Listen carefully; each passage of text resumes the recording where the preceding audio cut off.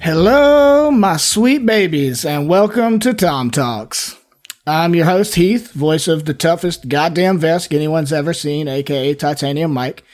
And today's episode won't be your run-of-the-mill TOMTalks. Oh no, today's episode is our post-book wrap-up with the full cast of Book 1 of Signal of Screams, the Diaspora strain. It wouldn't be a post-book TOMTalks without my lovely brothers and sister in arms, so first, a hearty welcome to the co-host of TOMTalks and the game master of our playthrough of Signal of Screams, a man who inexplicably drinks whiskey out of bowls, a notorious tickler of the ivories, and one of the best folks you could hope to meet, Adam Kelly. What's up, Heath? How you doing? I'm good. How are you? Very good, very good. Good to see you, as always. Indeed. All right. I'm also joined by a man with a truly impressive array of unimpressive jokes, who I have to commend for being more dad than Adam and actual father. He's the voice of Felino Marana, Mr. Josh Richards. Hey, Heath, buddy. How you doing, man? I'm good, man. Good to see your beautiful face. Likewise. And next up, I'm joined by a guy that I've been besties with for over half my life now, who constantly saves our asses with his clutch healing spells, the voice of Arn Vance, the APA's resident space cowboy Jedi mystic, is Zach Evans. Hey. What's up? What's up, dude? You know, chilling. Yeah, man. High quality banter. Right. That's it, man. Next up, we have the very definition of elegance, class, taste, fashion, sensuality, with the voice of an angel and hair that would make one jealous. John Thomas, how are you? Yes, I was like, check. Yeah, that's me. Check. Okay. What's up, man? How you doing? What's up? I just had to do it to her. And now the moment you've all been waiting for. Unlike her, I'm going to keep this one a short introduction because we all know I'm talking about the voice of Madame Ziva. That's Emily Whips and Chains Summerlin. Hey, baby, Truly. how you is? I'm good. Okay, Glad yeah. to see you all on TOMTalks. It's been a while. It's been a whole book. It has. The whole book. Oh, man. Yeah. And a book that I think was longer than intended. I mean, Was it? I'm cool with that. Well, that's about where funny you say that. On our little episode tracker, I actually had from 71 to 95 slated for book 1. No lie. Like What? Really? Nailed Yeah. it. Yeah. Damn, dude. clean 48 Yeah, out of 50. No, 50 out of 50. That's what that is. I wanted it to go to 100, but 55 out of 55. I didn't think it was a stretch. I think that would Numbers be the are rare hard. 55 out of 55. All right. So, I mean, we've got a lot of ground to cover, and we won't get to all of it. So, before we even get into this thing, I encourage all of you to speak up, correct me if I miss a detail or overlook something, because this is a whole book, and I'm going to miss some stuff, right? Can I just point out that the writer of this book is Chris S. Sims? Yeah, man. Already. Pretty well known name in the TTRPG field. It's cool to get to play something written by him. So thank you, Chris Sims. For Yeah. this Chris. wonderful Yeah, work. Chris, you killed it. You're We good got people. anything going on? I mean, like, do we have him, like, slated? You working on getting him for Are STFU? you working on it? We'll Zach? see you. We'll see ya. Well, I'd like to start off by saying congratulations, guys. We finished book 1, A Signal of Screams. And we've now did it. finished 4 books of our Apollo Protection Agency story. Yeah, that's a lot. Yeah, is. we've been doing the damn thing. We've We been have- doing the damn we thing. have, in fact, done the damn thing. Yes. You might say that we're We've kind done of a some big damn deal. things. You haven't done all the damn things. All right, That's true. okay. We've Well, if you done. keep adding on to that list, we'll Yeah. never get done with the damn thing. Exactly.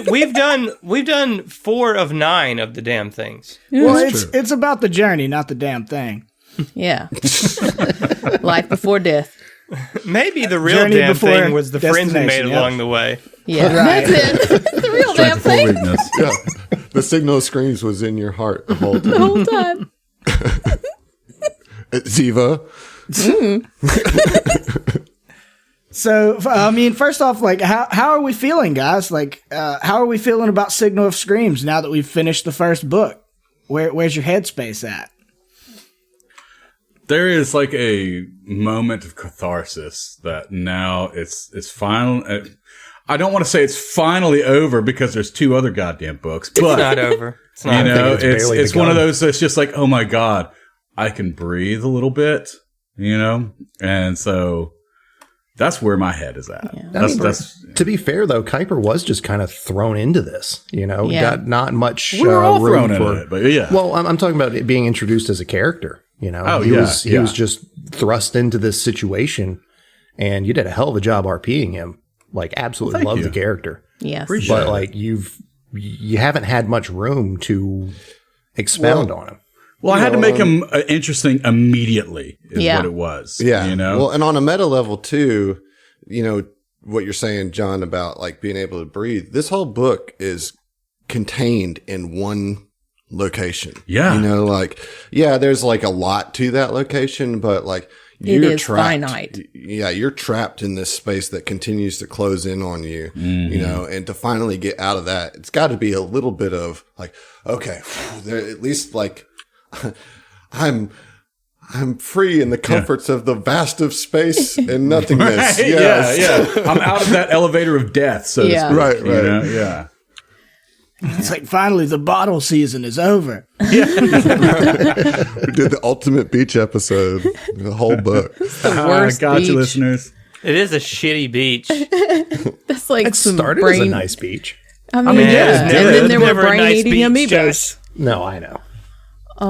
I'm pretty excited about the books to come. I mean, don't get me Oh, wrong. yeah. I thoroughly enjoyed this one, but I'm very interested to see where this goes. For Ziva in particular, I'm very excited about that. Z was up to some shit. Don't even Yeah, worry like, about for it. real. Yeah, I'm worried about it. Don't even worry too late. about it. Yeah, seriously. Too late, I'm I mean, already like, worried. it's like you're the player that's planning to be the lich the whole time. And with Adam as a GM, it could happen. We'll kill you. Well, Okay. We'll do it. If Adam can't kill us, he'll just have Emily do it for him. Yeah. Damn it. You They won't figured it out. survive the attempt. I mean, that's well, I mean, probably true. just to that, we've joked a lot about, me not being able to get Mike, and Mike specifically has taunted, fate and all that. But there was a couple times in this book, I think more so than some of the other books, where it did feel a little closer than I think you were comfortable with. You know what I mean? Like, it got most of the fights you handled business and you were fine, but I think you building out to be so much of a frontline character and taking other people's hits, that catches up with you sometimes when you go up against an enemy that's really laying it on. Yeah. Yeah, I mean, I'm just too effective at my job of being the tank, You got him into his HP, No, he got me down to 1. He got me down to No, 1. I've had to heal. I've had to heal him a few times. Yeah, when we're looking at Ziva having to use her heal spell, like shit's getting dire, Like, Yeah. Well, and speaking of dire, I mean, Emily, your RP went extremely low towards the end. oh If I yeah, remember. like if Not your role resolve playing. points. Your Not your role role playing. playing. Yeah. That's for your a second, resolve. I got- went was like, Sorry. I was damn. I was confused. Like, what are you Yeah. saying? That's Yeah. so Really? rude. like- no shit. No, she's been killing it. I'm yeah, I not got a mean little person. hurt for a second, and then I realized you meant resolve points. Yeah. Your roleplay just fell off a cliff. What's You going just on? suck I just got so real hard. Hey, and then we got to the end of the book, and you just went. Really bringing the show down, Emily. You gotta get Actually, your head in this the Tom game. Talks is an intervention on your roleplay. Really. Yeah, I didn't want Yeah, to we're tell not even you. recording this. Yeah, just it. all. I am, but for posterity, Yeah, I got to prove it to the courts. Wow. So, I mean, I'm glad it seems like everybody's excited, and maybe a little relieved after finishing book 1. I know that's the case for me. This was a wild book. It really was. And I find it really interesting that it started like in such a pleasant way. For many episodes, for several episodes, it was, doing fun social stuff at the at New Elysium at a resort and doing a lot of fun RP, and then that flips and it's inverse is the mystery and the scary and all of that. So it's actually cool that, like, though it's a horror campaign, it starts on a really pleasant note, you know? Mm-hmm. Yeah, well, I think that kind of helps build into the horror. Is like, man, this place is nice. Like, what do we have to worry about? And, you know, as a player, of course, we know, or we all knew that things were going to go south. But I loved it overall. Yeah, and I will say this, and this is kind of a little tangential, but one of the things that I really, really enjoyed about the early on aspect of this book was the build out of the resort, like the app, the information that went along with it. Like, well, the fact that Adam made like a fucking PowerPoint type thing that we could track, like that we could essentially had our own app, you know. So I loved that aspect of it. It really kind of built in that additional immersion that I literally felt like we had access to that app. And I don't know, I just really enjoyed that. And I thought it built out that kind of realistic, you are at a resort kind of feel, which, like y'all are saying, sets you up for, it builds that suspense early on. So I really appreciated that about the book. Yeah, and that app wasn't just, it was a PowerPoint style thing, but Adam actually took the time to link different sections in like the table of contents to where you could click on it and navigate it like you would just about any other application. Yeah. So it wasn't just scrolling through pages trying to find whatever thing. It was, here are the different attractions and links to stuff like their menus at the restaurants. And, like he did a lot of work on it, and it really, really helped with the immersion and the role play for us. Yeah. So take an inspiration, Adam. Well, thank you. I'm glad y'all enjoyed it. I mean, I know I've talked to y'all a bunch about it, and I think I've mentioned it a couple times on air that coming into this book was very nerve-wracking for me because, I'm looking at it now, in pages 9 through 17 is the description of New Elysium and all the features and all the rooms and the map and everything. There's no encounters in any of that. It's all just like, here's the cast of people that are here. Here's the layout, the floor plan. Here's what's in, here's where you can eat. Here's the attractions. Here's the, how the app works. There's like 2 pages of explaining the app, and like to try to make that feel fluid without reading just pages of very dry text, was a challenge, adding on all the NPCs and everything.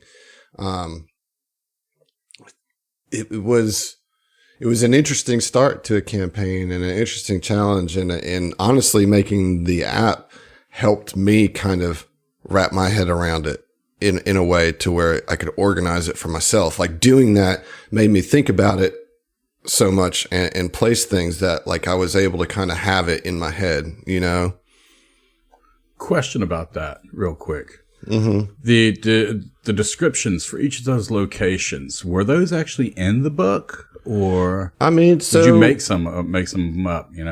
So like, there's like a couple sentences for each place, right? So I don't know. Let's take. Yeah, we'll do Azure Sky just because that had like a particular aesthetic to it. Cool. So the description for that is some guests want to relax with a view of the stars, and Azure Sky fulfills that desire 24 hours a day with drink service until 2 a.m. The bar has ample seating encircled by a viewing area. All walls are transparent and set to display the stars and the nearby asteroids of the Diaspora. So it gives me enough to give like a kind of basic understanding of what the purpose of the location is and what the kind of general aesthetic is, and then you do have the really well done map. Like the map on this is great. You can really kind of get a feel for the room, but it's a top down map too. So you can only get so much, but a lot of it is just kind of vibing off of what's going on in the session while having a good idea of the purpose of each room, and kind of thinking of what would be appealing to us as a group too, and I know that for Oren, Azure Sky was going to be somewhere he wanted to go. And so made it kind of like a dark and soft and like not like overly socialized place, you know, like the way it was set up encouraged quiet reflection at the tables, you know. Yeah. And that's why I put Rami there, you know, to kind of give, like, I knew that y'all wouldn't interact with her there when I introduced her, but to have her there characterizes her. Okay, she's another person who's thoughtful and quiet, and we don't even have to have a conversation, but we can get a little piece of like personality for one of the hundreds of people that are there, you know? Yeah. Well, first I'm going to say it took us just over 10 minutes to mess up my plan to go through this thing chronologically. So you guys are killing it as usual. You're welcome. But to that point, Adam, I do think it's really cool. Like, there's so much detail involved in the setting and the different locations and everything in New Elysium. And what you were saying, I think is spot on. You can use those the personalities of those locations to impart personality on NPCs, like Barrel Door and the Wild Apples, you know? Right. Exactly. I think that's a really interesting and cool feature of it that goes beyond just like, here's a sandbox or here's something to play around with. Right. It's an interesting start, but it's great because it really is that trope of horror movies where like you start somewhere and everything is fine and you get all these like looks of all the things that are eventually going to be not fine. You know what I mean? But all horror movies, a lot of horror movies start with kind of this idyllic, we're out at camp and look, we're young and horny and we're going to go out in the woods and we're going to screw and drink and do drugs. And meanwhile, they give you these little shots every now and then with some weird music, and it's like perspective shots of whoever the slasher is, right? You don't even see the monster or the slasher. You just get this idea that somebody's watching them from the bushes or from the trees. And that was kind of the vibe that I was trying to go with, of like on the surface. And when you're looking, everything is cool, but there's these little things that are a little weird. You know what I mean? Just here and there, you know, starting with Keanu Reeves and his outburst, you know, and then moving from there as you go through, just little tiny, continually escalating weird things, you know. Mm-hmm. Oddities. On the note of Keanu Reeves, honestly, Adam, I'm pretty sure in the moment I was like, yeah, I'm cool. It's whatever. It's fine. Like, this is cool story stuff. It really genuinely kind of upsets me as a person, as a player, that like one of my character's like closest people from his past, or somebody that he really felt, or I don't know, thought a lot of, is now this corrupted something, and still don't know what, right. But is either having his strings pulled, or I don't know, but like that really, and good job with that, but like that really bugs me. Like it's supposed to, you know, right? So, it's just part of our grimdark aesthetic. Yeah, that's it. Just part of the grimdark here on STF. Yeah. We take things quite seriously here with our pickle farts and bright. I mean, like, it's real. It shit gets real. So trigger warning, you know, bright, real dark. That's a good like alien name you could make, is like Grimdark Pickle Fart. There you go. That is a good one. Call that it. is a good one. Dibs. All right, yeah, you can have that one. We're all gonna play Spider Pirates in a like one-off adventure. That would be hilarious. Nothing will get done. Nothing. It'd be like Skittershot, but way more long-winded. It's terrible. Let's open this door so we can go into this dungeon so we can find the loot, because we're in the dungeon to get the loot, because the loot is what we want, and what we want is the loot, because the loot is good because it gives us better stats, and we can get better stats so we can go do more dungeons and get more loot. Oh my god! Right. Did I tell you guys that I had Bright as my corner man in one of the fight rocks? Oh, that's amazing. Nice. No, and you thought doors were bad with us. Yeah. Yeah. Oh my gosh. Yeah. A whole episode of Glimshar Pirates trying to get through a door. Oh boy. It's our peak. Being given an option of 2 doors to go through. Oh, Lord. All right, so let's try to find some rails to get on, all right? All right. So let's take a step back and go to the very beginning with the flashback that kicked this whole AP off. I re-listened to the first several episodes over the last couple of days, and I've got to say that opening scene did such a good job of setting the tone for Signal of Screams, and I love that it echoed the very first scene of Against the Aeon Throne. Both of them has started with this like backstory, non-party scene that I think is really cool as a theme to do, you know, every season pretty much. Right. So Adam, I was going to ask, was that based on something in the book that you adapted, or was that all you? Yeah, there's nothing in the book that other than, you know, what you found in the mine, right? That there's evidence of a mine. There was a mine there at one point, and then there was some scientific equipment brought there. Some horrible disaster happened, and there's this emanation, you know, this break between planes that's really powerful down in the bottom of that mine. And I just wanted to tease that out a little bit, and I knew that the first few episodes were not going to be horror. Not a lot of horror elements were going to be a part of it, you know, and we'd been really like talking up that we're going into a horror campaign and everything. And I don't know, you know, so with some inspiration from stuff like Game of Thrones, where it opens, the prologue of that is kind of some unrelated characters getting a peek at the big bad. I did that with, as you said, in the first one, to kind of paint the picture of the Aslanti before you got to them, just so that there would be this kind of sense of what the threat is going to be, you know, and just came up with it. I mean, there's definitely nothing in the book that suggests or hints at doing a prologue or has anything for that, really. Nice. Well, good job.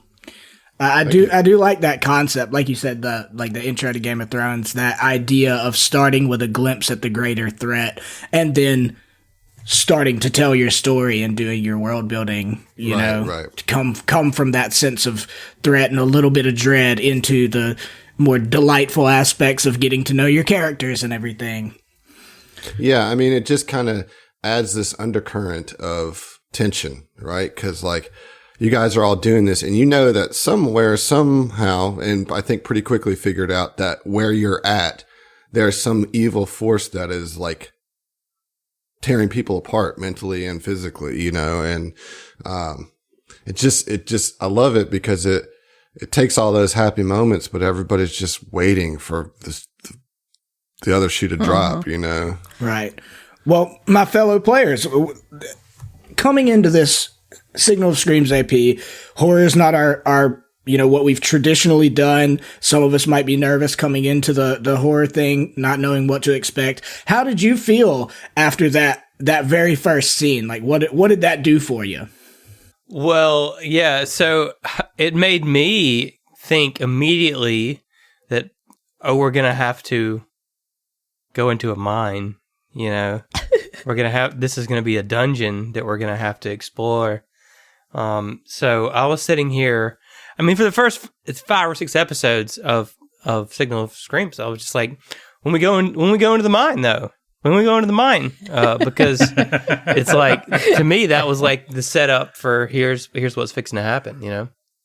Well, from a non-meta perspective, no, just kidding. Yeah, no, I mean, I'm sorry. This is very meta, because Emily hearing that, Ziva had no clue about it.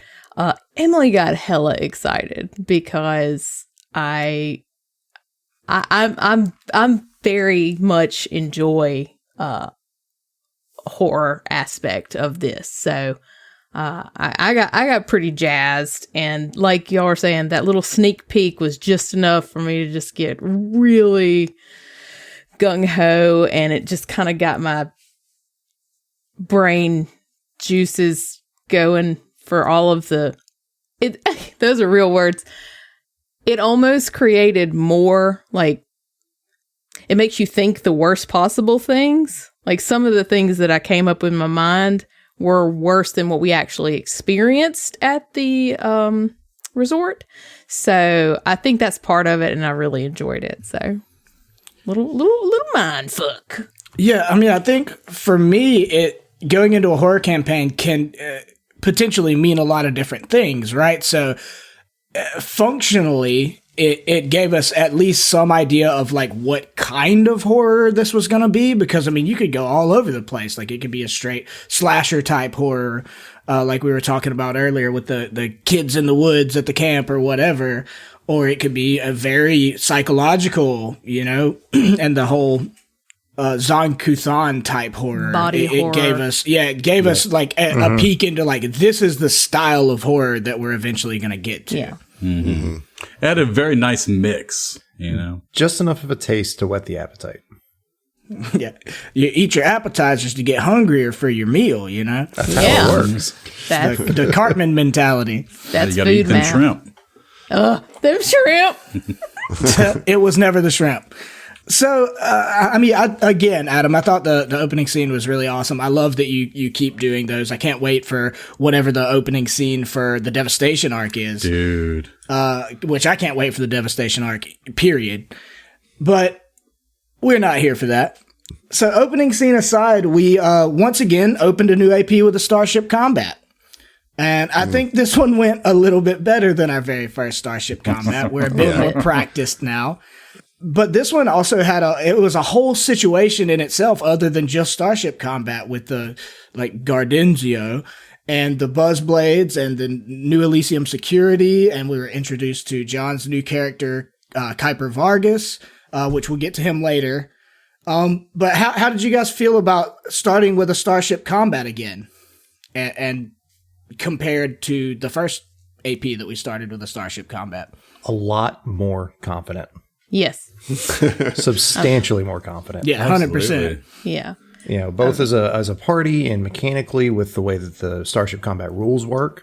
You know, we all knew our roles better and knew how to function as a crew. And if I remember correctly, we fucking killed it. Oh, you stomped them, dude. You stomped that Starship Combat.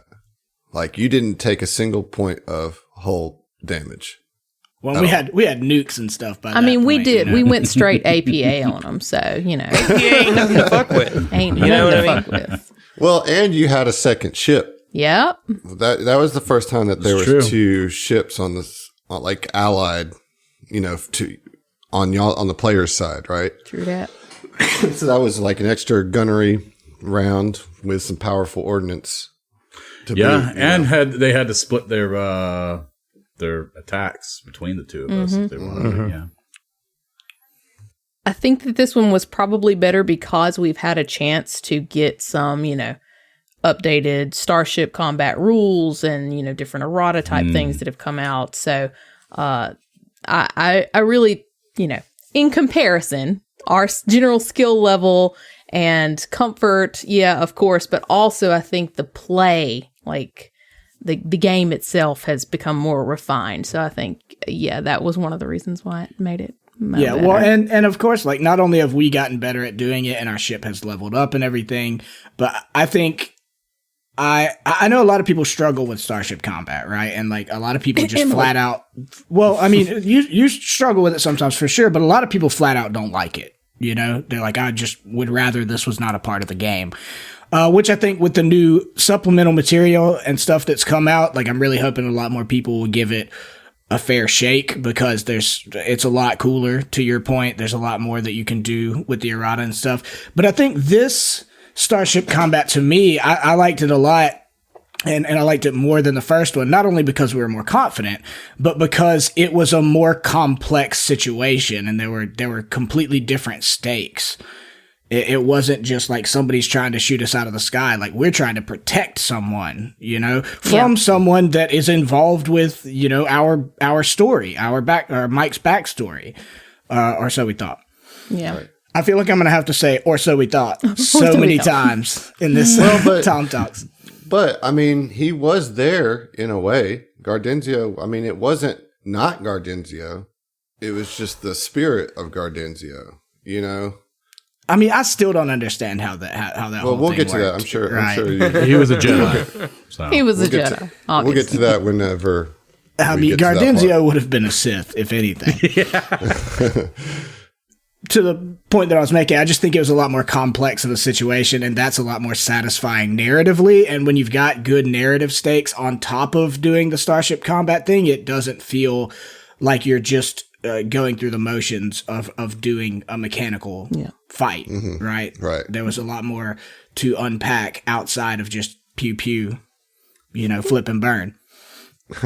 I agree. I had more fun with it as a GM, that's for sure, and definitely thought it was a cool way to introduce a new character and even get some story going right there off the bat. Well, and the Buzzblades. It really, it caught me off guard because, for one, I didn't expect to start with a starship combat. Just after we did it in the first AP, I was like, surely they won't start us with a starship combat again. Because, I fucking know. But the fact that it involved the Buzzblades, which had been, Adam had helped me work on incorporating into Mike's backstory. I knew there would be some Buzzblade element somewhere in the first book.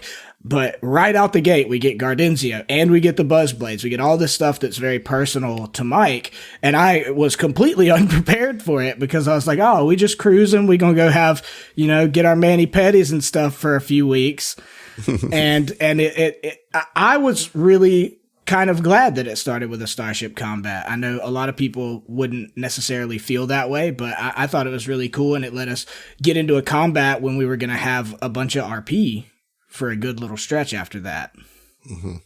Yeah. Which does lead me to the point I wanted to ask you, Adam, since we know that Gardenzio wasn't Gardenzio of old in the traditional sense. It was more a Spirit of Gardenzio thing that spoke to us. Can you now tell us what would have happened if we chose to meet up with Gardenzio? He gave us coordinates to meet up with him, and we didn't choose to do that.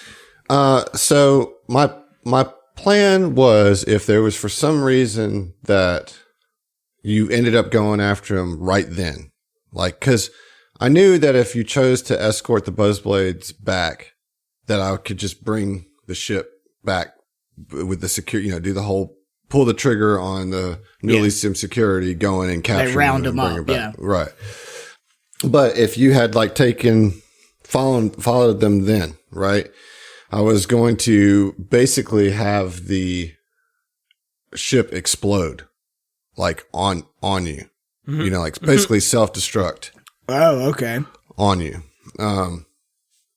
So there was never an intended meeting out there. What I will say is that the reason that Gardenzio maybe sent you that way was to keep you from coming. It's really kind of weird. Take your time, unpack it. But the way I was playing Gardenzio's ghost is that he was fighting back and forth between wanting to protect you from the corruption and wanting to bring you into it, And so, the closer you got to it, the harder it was for him to protect you against it, And so, when you first came there, he had possessed Philip to give out the communication, because it was just a vocal communication. And that was basically Philip possessed his Gardenzio. Was Philip in the ship? Because he was in a ship, right? Right. It was a projection through, routed through the ship. VPN, man, come on. Yeah, dude. I mean, just like the signal was. Yeah, but I'm saying, who was flying the ship, or was it just a regular security guard? He overrode. The regular security guard had no idea that even happened. You know what I mean?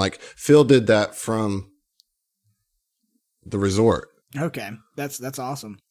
That's wild. I mean, because with the whole Gardenzio thing, I will say it's really interesting to me that you say you had this back and forth of the Spirit of Gardenzio did to some degree want to protect me, but he was fighting his own corrupted nature who was trying to suck me into this Kuthite corruption thing. Because I never once believed Gardenzio was actually looking out for me.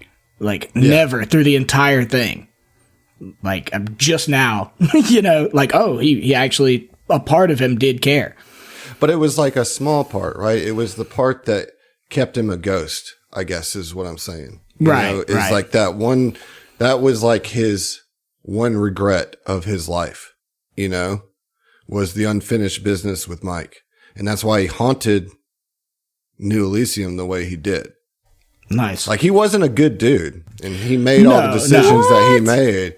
Yeah, he made all the decisions that he made, and it wasn't until he died that he even acknowledged the regret that he had when he was shown his true pain, presumably by the corruption, right? But he died from it. He's not a corrupted person walking around. He's a spirit of someone who, was like consumed. That's wild, man. There's a lot of complexity to that I find really interesting. Obviously, I would, because it involves me, but I think it's really cool just objectively. So after saving the Buzzblades and fighting with Spirit Gardenzio, we all arrive at New Elysium, and we already talked a good bit about this, but we have a good long stretch of pretty chill, pleasant RP episodes. And this is when I was going to ask you guys, my question was, what did you guys think of the resort pre-shit hitting the fan, which we already talked a little bit about. But is there anything else, any other points you wanted to make about the early New Elysium settling in process?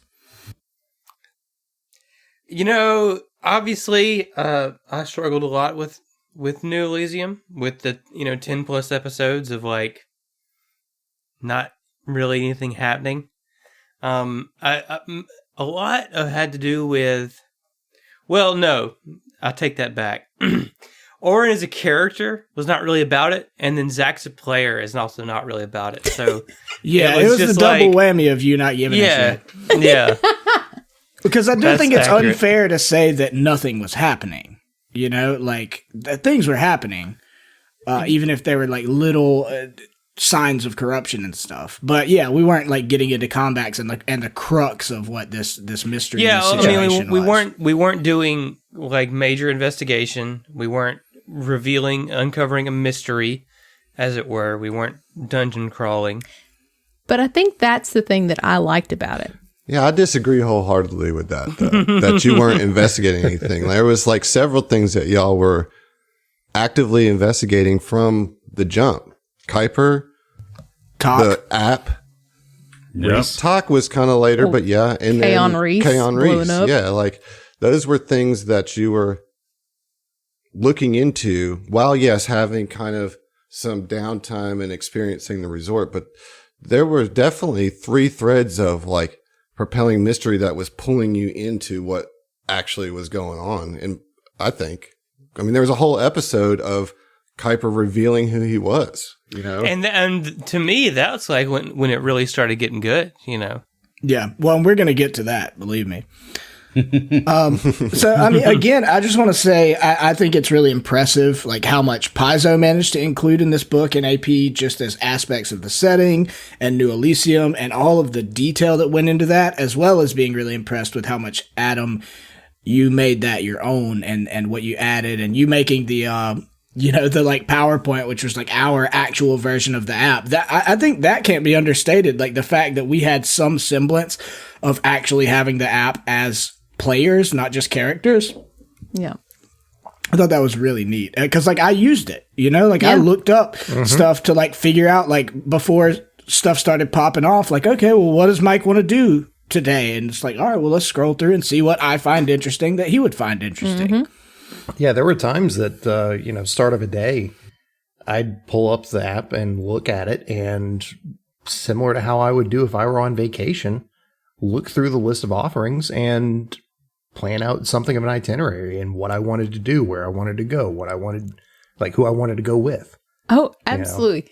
Ziva had a very full ticket that you guys just didn't even know about. Like I was planning shit, like having little day trips in my head. It's great. I loved it. Yeah. Well, and speaking to the Keys of Elysium, is it Keys of Elysium or Keys of New Elysium? Keys of Elysium is the name of the app. Yeah. Yeah. Well, speaking to the app, like I thought it was such an interesting feature, both because it makes a lot of sense in a futuristic sci-fi game that there would be like social media type stuff like that. But because it also introduced this whole theme that becomes more and more apparent as time goes on of like the convenience of social media and internet services, but then also their potentially insidious uses, the latter of which is a theme that was really refreshing and unexpected as a twist on the horror elements of Signal and Screams. I didn't expect like social media to be a big part of the horror and dread coming into this. Yeah. That was... Well, it's interesting that that's like the delivery device of the horror. Right. You know? Right. Like social media spreading a disease is like, juicy. Yeah. So, Shocker. right. Well, that's what I'm saying. It's juicy both in terms of the game and like the social commentary that'll definitely come out of that, you know? Yeah. Right. So, moving on, one thing I'm sure was a challenge for Adam, as he's said many times, was the sheer number of NPCs that were in book one. I'm sure that was tough, man. But we met a lot of different people after arriving at New Elysium. So just really quickly, I wanted to ask, like, you get one pick. Who was your favorite NPC? Phil. Like to play? Yours can be to play or whatever, but I was asking everybody, like, who is your favorite NPC? You answer however you want. Phil was my favorite one to play. And Phil was my favorite one to interact with. Yeah. Mine too. I mean, I know Oren gave him a hard time, but Phil was genuinely, I think the best, most fleshed out NPC that we had in book We one. had the most interactions with him. Yeah. Yeah, You know. yeah. I like Talk. Talk was fun. Yeah. Talk I like was Talk. fun to play too. Like I liked I liked doing the voice for Talk. I wanted to actually expand the conversation between, but either Yeah, way. it's tough because like, There's so much going on. well, it's how long do you drag it out? too? Exactly, To Zach's point, like, we give him a hard time, and I do think that it worked out fine, and that he was over eager. But there is a sense of like, okay, but we do want to play the game. Yeah. You know what I mean? And like, it doesn't feel like we're playing the game because we're just kind of bullshitting around with everybody. You know what I mean? And like, we're going to fake restaurants and talking about what we eat, and we're going to fake bars and having fake drinks. And it's like, that's all fun, but like, what's going on? You know, and for somebody who wants to get in it, I will say that is, I won't put it as a knock against this campaign, but certainly a warning that should be talked about ahead of time. And which we did. And I said, y'all, the first chunk of this is all RP, and so that is something that I think one would want to be aware of when starting this campaign. I mean, obviously we dug into it because we're doing a show, but even if you're not doing a show, just to get through part one of the adventure. Depending on your group, I mean, you could spend months just on that, how Even often you doing play that, most of those events are role-playing events. The event 2, questioning the pirates. Event 3, opening party. That's the gala. I'm going to go with everybody else. Philip was my favorite, but I'm going to flip it a little bit. The one that I wish that I had more opportunity to connect with was Vorlin. Like, I feel like we missed out on her. Yeah, me too. Well, and so go, TTRPGs, man. You're always going to look back at like what you missed and could have gotten. Oh, absolutely. You're right. But yeah, I mean, that was potentially, there could have been a lot more involvement with Vorlin. I'm personally going to have to go with my boy Barrowdoor, but every one of the Buzzblades could easily be in that conversation, particularly Korin and Yasuloya Gokami. Like, those are such cool characters, and for me to get to interact with the Buzzblades was like really special for me, especially like having such hesitance to be in a horror type situation.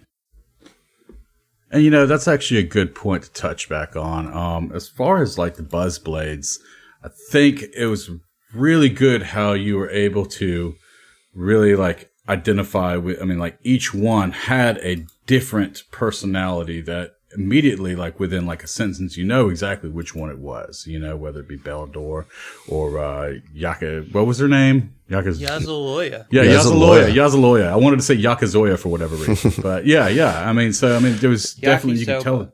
Yeah, Well, those are the ones. Those are the ones that I tried to make the most distinct because I thought those would be the ones that you talk to in groups the most.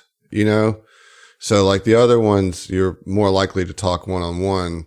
So the voice distinction didn't need to be as pronounced, maybe. Yeah. You know, but with the Buzzblades, I mean, you're always going to run into a couple of them at least, you know? Mm-hmm. Yeah, I mean, the Buzzblades, it's one of those things that we were talking about. You'll always be able to go back and look at stuff you wish you hadn't missed. Like, I would love to have developed a relationship with every fucking one of them, but like, we were already spending so much time on RP that I settled for like, you know, Barrel Door. I really felt good about having a friendship with him, and then Corin had some interesting stuff. Yazaloya, the interactions we had were fucking awesome, but like, I didn't end up really like talking to her much outside of group stuff. She was fun. She was boisterous, you know? Yeah. I mean, I loved your portrayal of her. Was so energetic and fun. So, moving on. Of course, the shit would eventually hit the fan. But that build-up took some time. So our first sign of something being off, I think, was the strange incident with Mike thinking he was going to drown in the waterfall. Mm-hmm. And then we had several other things. We had Oren's vision of an asteroid veering off course directly towards New Elysium. Fell ended up having a vision of Terry, the ship AI, saying he'd be better off letting Terry take control. We had a bunch of stuff like that. So I wanted to, you know, kind of quickly talk about those build-up events and how they built the mood and built the creep and got us to being a horror campaign proper. And what you guys felt about your individual experiences with those like visions and stuff.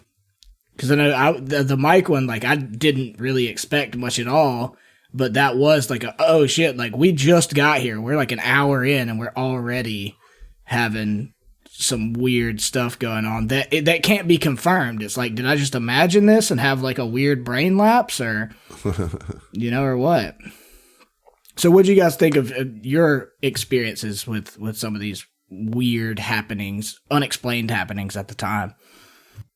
I believe they're called phantasms, right? Well, yeah, I'll get into the mechanics of it after y'all answer. Yeah, I thought it was an interesting thing to try to role play, or an interesting situation to be in that you probably wouldn't be otherwise. I mean, Fell with the eyeballs coming out of his mouth and all of that weirdness was just like, it was weird and cool, and it took me out of my element, took me out of my comfort zone in the best possible way. Mm-hmm. So I loved it. John, what did you think about the Swarm one? Well, actually, yeah. I actually thought it was on point that we got to explore a piece of, well, history that hadn't really been explored in our group, even though everybody was alive during this time, you know, that the Swarm War took place. So I wanted to have somebody who would. But that it really created a real, like, foreboding kind of event for him. You know, it was a moment where it was just kind of like, holy shit, this is really happening. And then, like, there's nothing you can do about it. And no matter how you try, you're not winning. And it actually, like, really had me like, oh shit, I'm really worried about this. I think you had the most intense, like, mechanical one. For sure. For sure. I mean, his was a real combat. You know? And it was leveled up too, you know? Well, it wasn't, but go ahead. Oh, okay. I was going to say, to John's point, like, I do think it's very cool as part of the way that you built Kuiper, that combat is kind of an extension of Kuiper's backstory, right? Yeah. It's the first peek we get at it, you know? Right, exactly. But I think it's very cool and very on brand for you, John, that you incorporated a piece of lore that is overlooked outside of the AP that is kind of more about it. Mm-hmm. I think that's really cool for you to do. And also, like, taking something that is kind of the territory of another AP and having kind of the bravery to be like, no, like, this is something that is involved with me that is specific to my character, whether or not Attack of the Swarm exists. Exactly. Was really cool. Yeah.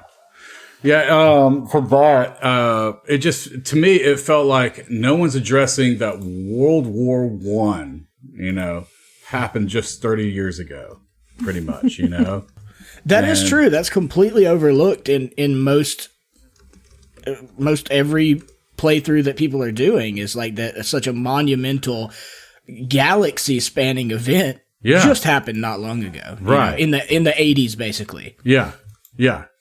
So it was something that I felt like it was a prime opportunity to explore. Right. Anybody else have any feelings one way or another about their spoopy phantasms? I mean, like I knew it wasn't real. You know what? Like I don't know. It's difficult to.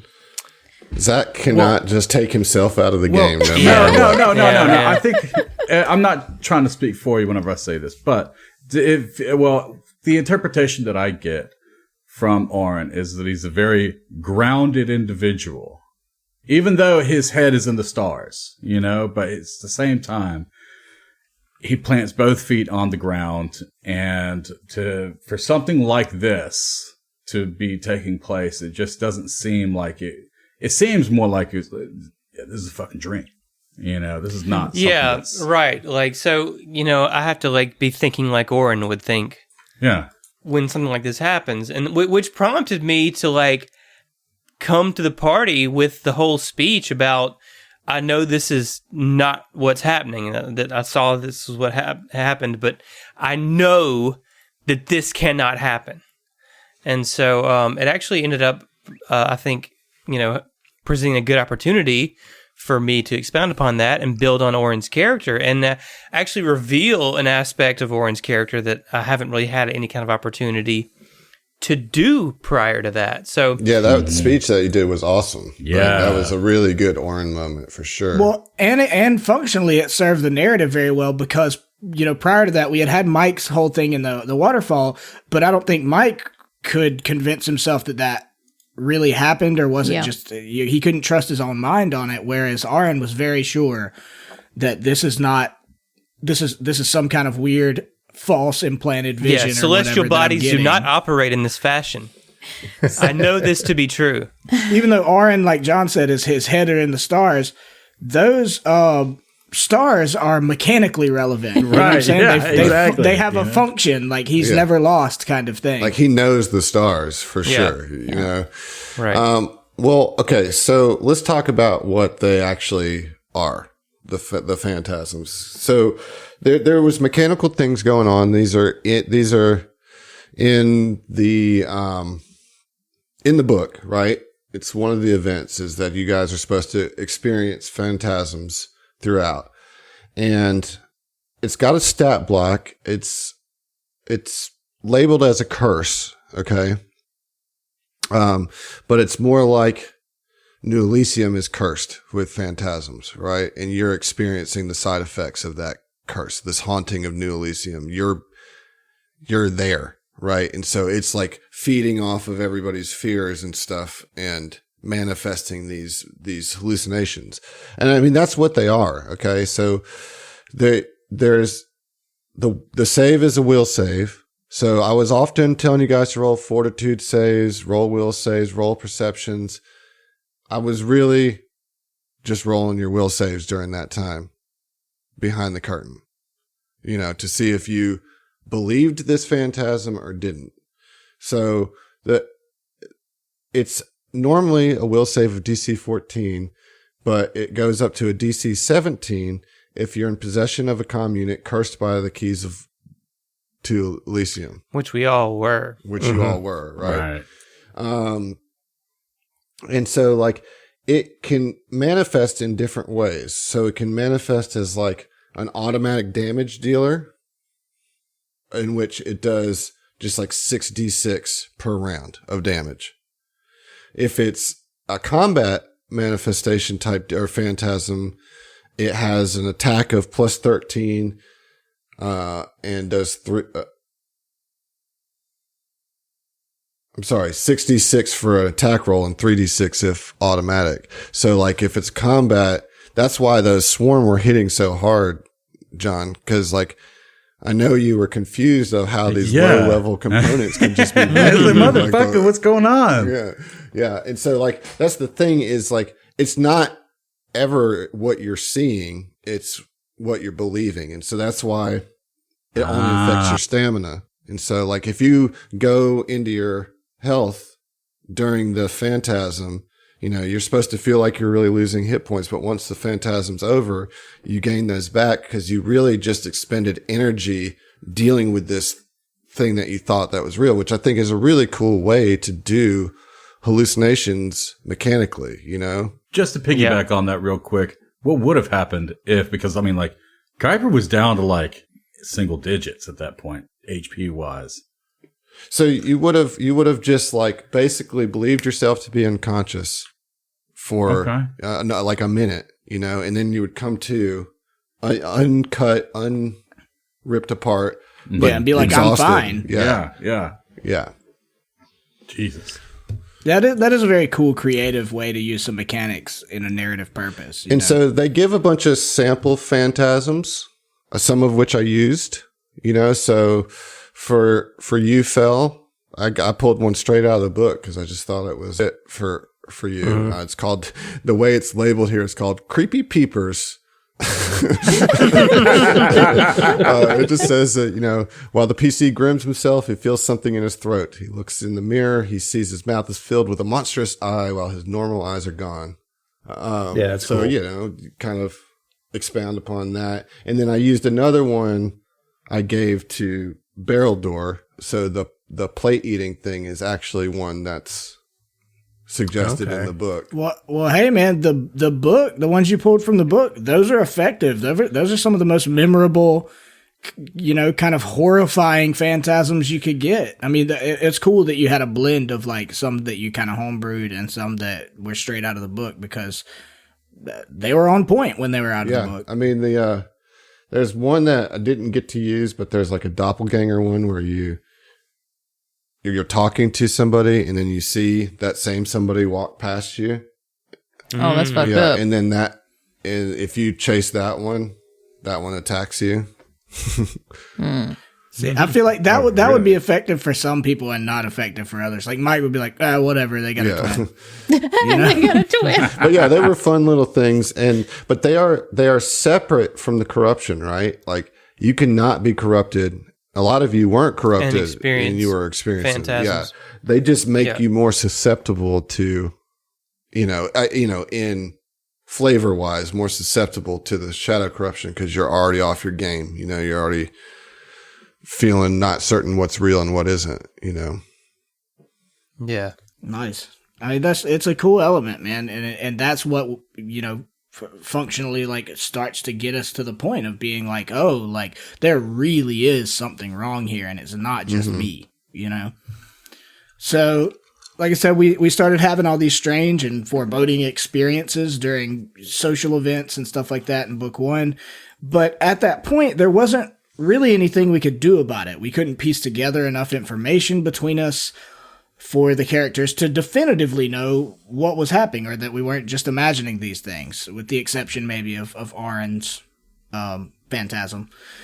But that is until after the gala, when the party all saw the shadow baby. And I feel like that was a real turning point where the party unified that, yes, there's a problem here, there's a mystery here, and we need to be united in solving it. That said, the gala itself was one of the most delightful RP experiences I've personally ever been part of.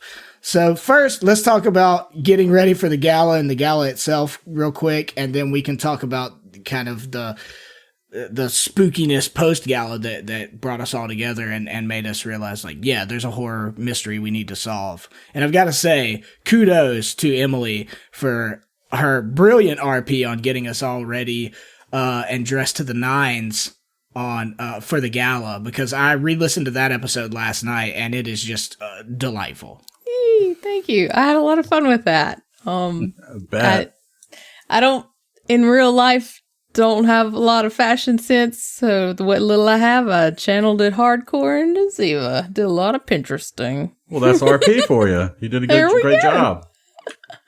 No, it's fun to dress up aliens, though. Yeah. But I was really happy that Oren actually liked his outfit. That made me the most happy. That's a win. That was a hardcore win. Yeah. For sure. Yeah, we've had people in Discord asking, well, when is Oren going to like it? Well, he did there. He did. He did. like That it. was In one fact, instance. like that. He Yeah. did. Kind of gave himself a little wink in the mirror, you know? He only admitted it to himself. To himself. Right. That's what matters. He walked by the mirror. He said, I like it. Yeah. Yeah, I think the gala is really interesting because it provides so much fodder for that fun RP, and maybe a lot of parties wouldn't spend as much time as we did on, figuring out what we're wearing and all that. But Ziva being who she is, like, we could not pass it up, right? We had to let you have that moment to shine, and it was a fun, unifying experience for the party. Like, we all bonded, and like, we are the APA, and we are representing the APA well, which is what I think is so interesting about it happening right before the whole like Shadow Baby thing like freaks everybody out, and there's the confrontation with Kane Zaffel, and like I said, I think the whole book turns a corner right after the fun parts of the gala. Yeah, because of the shrimp. Yeah, because of the shrimp. Yeah, I mean, obviously. the shrimp is the It wasn't turning the point. damn Yeah, shrimp. the shrimp is the turning point of the whole campaign. Not the damn shrimp. Final boss is just going to be a gigantic It's just a big shadow prawn. crustacean. Yeah. Goodness. Yeah, but for sure that changed the game, especially in character, I think, right? Like, that was when it really got to Oren, and he was ready to shoot that thing, and that's when it was like, okay, we got to stop fucking around and Figure this out. What's happening. Yeah. Yeah, do something about it. Yeah, well, and I think it's also because it's something that multiple people saw happen at one time. Like, Mike saw it for like a round and then passed his save, but he was like, I saw that, and what they're saying really happened. This can't just be in my head, right? This is not some mass hysteria. This is actual, I synced that. I wish that I'd had more time with the what turned out to be a reptoid Verthani woman with Fel. Like, it didn't really go anywhere, but the fact that there was even the idea of a non-squid related or a non-cuttlefish adjacent potential, I don't know, role-playing love interest or whatever was really neat to me. And then she tried to kill us. Yeah. Well, she'll always be the one that got away, Josh. Yep. Yep. I mean, she didn't get far. No. We killed her. So, I mean, did she get away? Nah. I mean, she died. Well, so. she was a reptoid the whole time, Yeah. so yeah. Yeah. Yeah. yes and no. Yes and no. Look column A, look column B. Yeah, look on me. Sorry about it. But look, man, it's all right. look at it this way. At least she didn't find out, the hard way. True. That could have been. You could have gotten stabbed. Fel could have gotten stabbed to death mid-coitus. Yeah. That would have been a bad time. So, saved Instead, you. Kuiper wanted to stab her. Yeah. Kuiper should have. I Kuiper know. was dead right. Kuiper was 100% right. He was. John was poised to do this thing and just let his doubt turn him away at the last second. And I do think all of us were just like, no, just do it. Just do it. Nope. Slit that reptoid's throat, dude. Emily was 100% shot. There's Shocked. just too many variables, I mean, he called it. He said it on air. He's like, I think that she's a reptoid. I'm going to go. Yes. I'm going to go and put a knife to her throat, and she's going to tell me one way or the other. I was like, all right, we'll see you. Gonna learn today. Adam was like frantically checking his notes, like, how am I going to avert this problem? I mean, I really did put the "we'll see you" right there because I needed to think. Yeah, you did. Well, you even did, and I thought this was very clever, Adam, and I don't know, like looking back on it, because didn't you do at one point, like Kuiper gave me a perception check or whatever, and like he saw her eye change or something, and I was like, wait a minute, is she, or is that just like the mind, the phantasm That's the shit? thing. The phantasm allowed me to build such an uncertainty of what's real and what isn't that I could play with that all day long. And that's kind of what led to the bait and switch with Gardenzio in the brig on the ship, Yeah. Yeah, well, Trust you. that Reptoid was Kuiper's. I don't like it. Well, you know Everybody what I gets one. still don't like about that is that Ziva and I now have augmentations that are still in there that the Reptoid installed. So do Kuiper. I was going to say everybody. Yeah. Oh, Yeah, geez, everybody said but Oren. Not Oren. Oren said, not I. And that's why I don't Like trust doctors. there are definitely penalties to making the character choices that I've made. But there are also upsides. I don't have to worry about shit like that coming back to bite me in the ass. True. And the thing is that I don't know if anybody else had them as an intrusive procedure as I did. I got glass skin. Mine was You got pressurized lungs. I mean, yeah, that was okay. Yes, that is very Nanomachines intrusive in as my well. blood. Oh my God! Yes, Jesus Christ! Literally everything in Fell. Minus Adam's the skin. like shaking his head like, oh, how am I going to fuck them over with this now? Well, I was gonna say, like, I mean, you're worried about like, oh, this Reptoid did these things, but like, it behooves her to do her job well to maintain her cover. Sure. And so far, we have no reason to believe they haven't functioned properly. I don't like the way, I mean, you guys listening can't see this, but we're sitting here on the Zoom call and we're hardcore discussing this, and Adam's just over here like Kermit the Frog sipping his tea, like Twirling his Snape goatee. Yeah. You know? I'll tell you, I don't like it. No comment. So Adam mentioned the bait and switch with Gardenzio. So after the gala, we had the issue of Mike having to go see who we believe to be Gardenzio, and in a way was. And if seeing the shadow baby after the gala was a bit of a turning point into the creepiness of the AP for the party, this meeting was the turning point for Mike personally. The conversation with Gardenzio finally provides some insight into where these unexplained events might be originating, in reference to, we find out about the mine that's beneath New Elysium, like we formally find out that information. But there were some important bonding moments, I think, between Mike and Oren, with Mike asking Oren to come to the meeting with him to keep his temper in check so he didn't just beat this dude to death, I think that they definitely, Mike and Oren, they already had a lot of trust in each other, but I think they really had to rely on each other a few times in this AP, and this is one of those, the most important of those times. Yeah, I agree 100%. And that's why it really hurt when Mike didn't trust Oren when he was trying to take the Reptoid down. But it's okay, man. I forgive you. Well, I appreciate your forgiveness. I really do. You've been losing sleep over that. Yeah, I mean. for months now.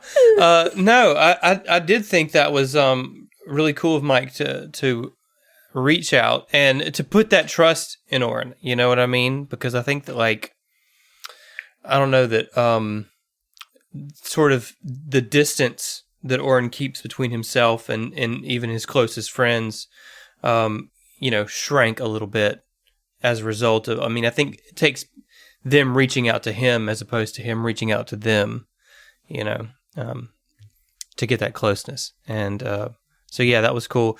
The shared trauma, man. That's surefire way to bond. Right. Well, and I was going to say, inevitably, his Mike's anger at Gardenzio did spill over, and just as he reaches out and grabs Gardenzio by the neck, we have this powerful vision of asteroids ripping through the side of the station and trying to suck us out into space, and they both witnessed that. That was really interesting to me, that like we'd just had the shadow baby thing, so we all kind of saw the same vision, and then this was two of us like having the same, like, very vivid, like longer than a couple of seconds kind of vision. That was like way more powerful than some of the quicker, more fleeting phantasms that people had prior to that. Yeah, and it was freaky deaky, man, for sure. And like, but honestly, the worst part of it was the aftermath. Right, where Mike comes to and realizes what the fuck he's been doing. Right. Well, yeah. Well, that's that second meeting, right? Because we get the fuck out of there once we come back to our senses, and then we're asked by Philip to come back to another meeting because Kane wanted to talk to us about what went on, which we didn't realize exactly what went on. Because we find out that the events of the meeting with Gardenzio didn't occur as we thought, and that, more importantly, Gardenzio was not Gardenzio. That, I mean, that was the the big deal. I mean, Kane was mad that I, acted violently toward him, but to Mike, it was like, wait a minute, like I just had a very emotional, like electric fucking conversation with this person who means so much to my backstory, and it wasn't even him the whole time. So I'll say, like, I still don't fully understand what happened there. Or I understand a little bit better now that Adam explained at the beginning that it was like his spirit doing these two different conflicting things. But it threw me for a loop, dude. It did. Like that, I did not know how to handle it. I really didn't. It was the first time I really, really have had the rug pulled out from under me in this AP, and probably just ever in my TTRPG experience, to where, like, there's a very real problem of not necessarily being able to trust my own character's mind and memory.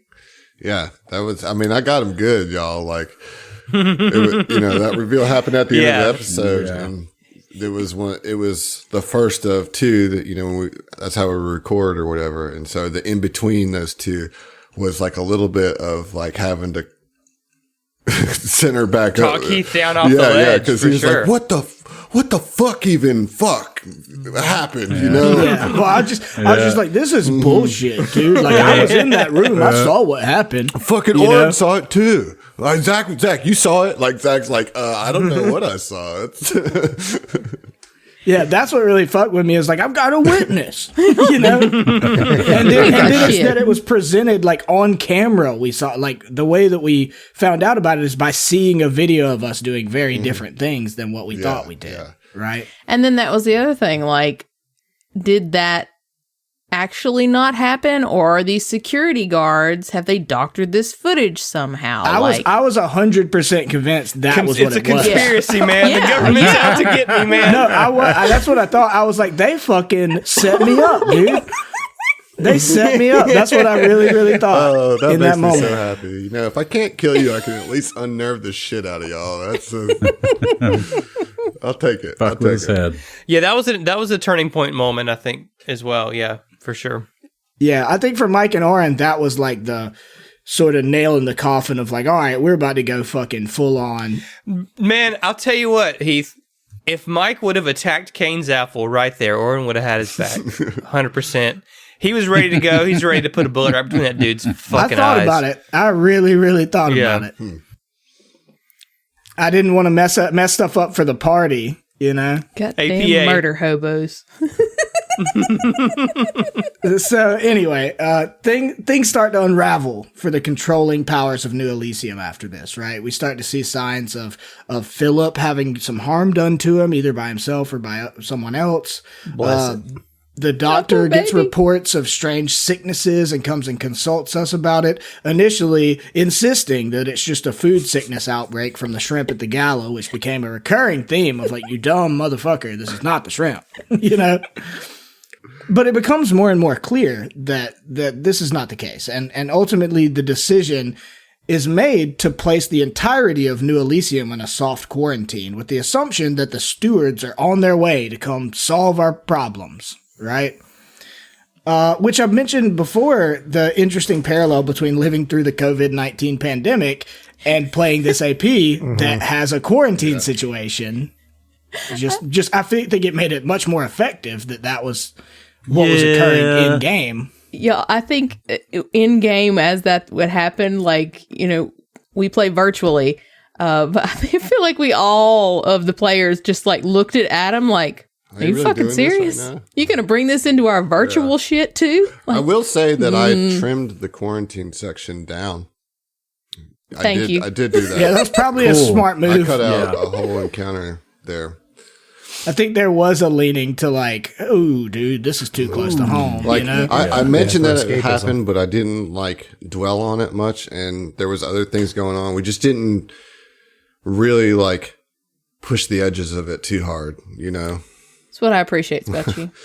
Yeah, well, and it didn't really affect us as a party with what we were doing with how you treated it too. Yeah. You know, like, yeah, there was a quarantine to where everybody else was staying in, but we went out because we're going to fix this thing, or at least attempt to. So there's supposed to be an altercation with the Buzzblades during that time.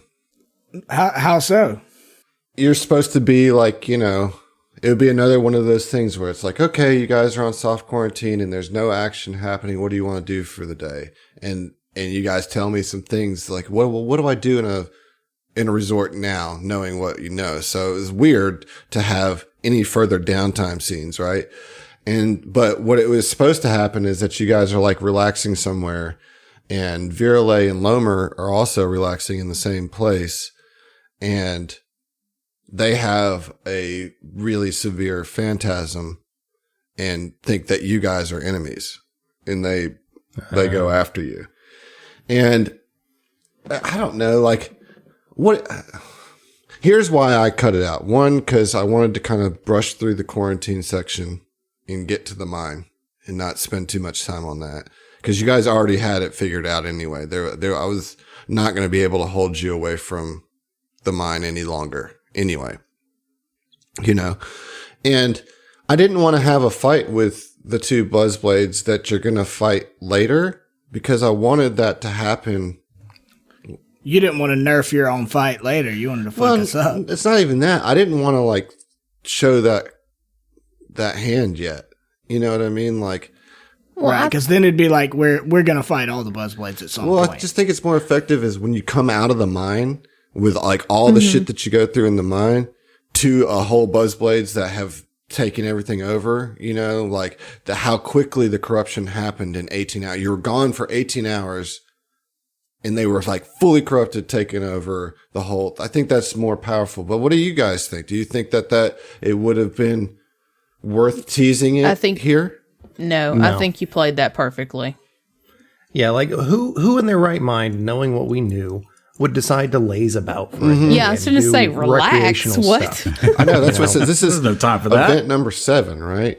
On the morning of the 10th day that you're there. This is what it says. As the PCs attempt to relax in a public area on the morning of the 7th or of the 10th day, perhaps in the Boundless Sunroom, Virale Axis, one of them, insulted her.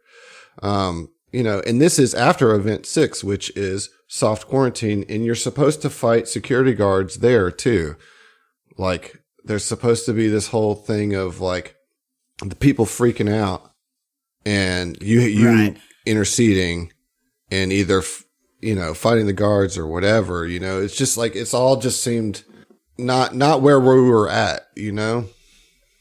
Yeah. I mean, I can see the possibility and the point though, that like, I don't think it would have been impactful if it was like, oh, we're just going to laze about. But if that happened as we're like on our way to go check out the situation where Cathessa died or whatever, and we get intercepted by him, I could see that being useful in that it could put kind of a fire under our ass. Like, oh, these corruptions are ramping up. Like, we've got to get this mine done quickly, right? It could have added some pressure. But I feel like you guys were already there, I guess is what I'm saying. Like, I think that is the purpose of that encounter, you know, to have that. But I feel like you guys were already there.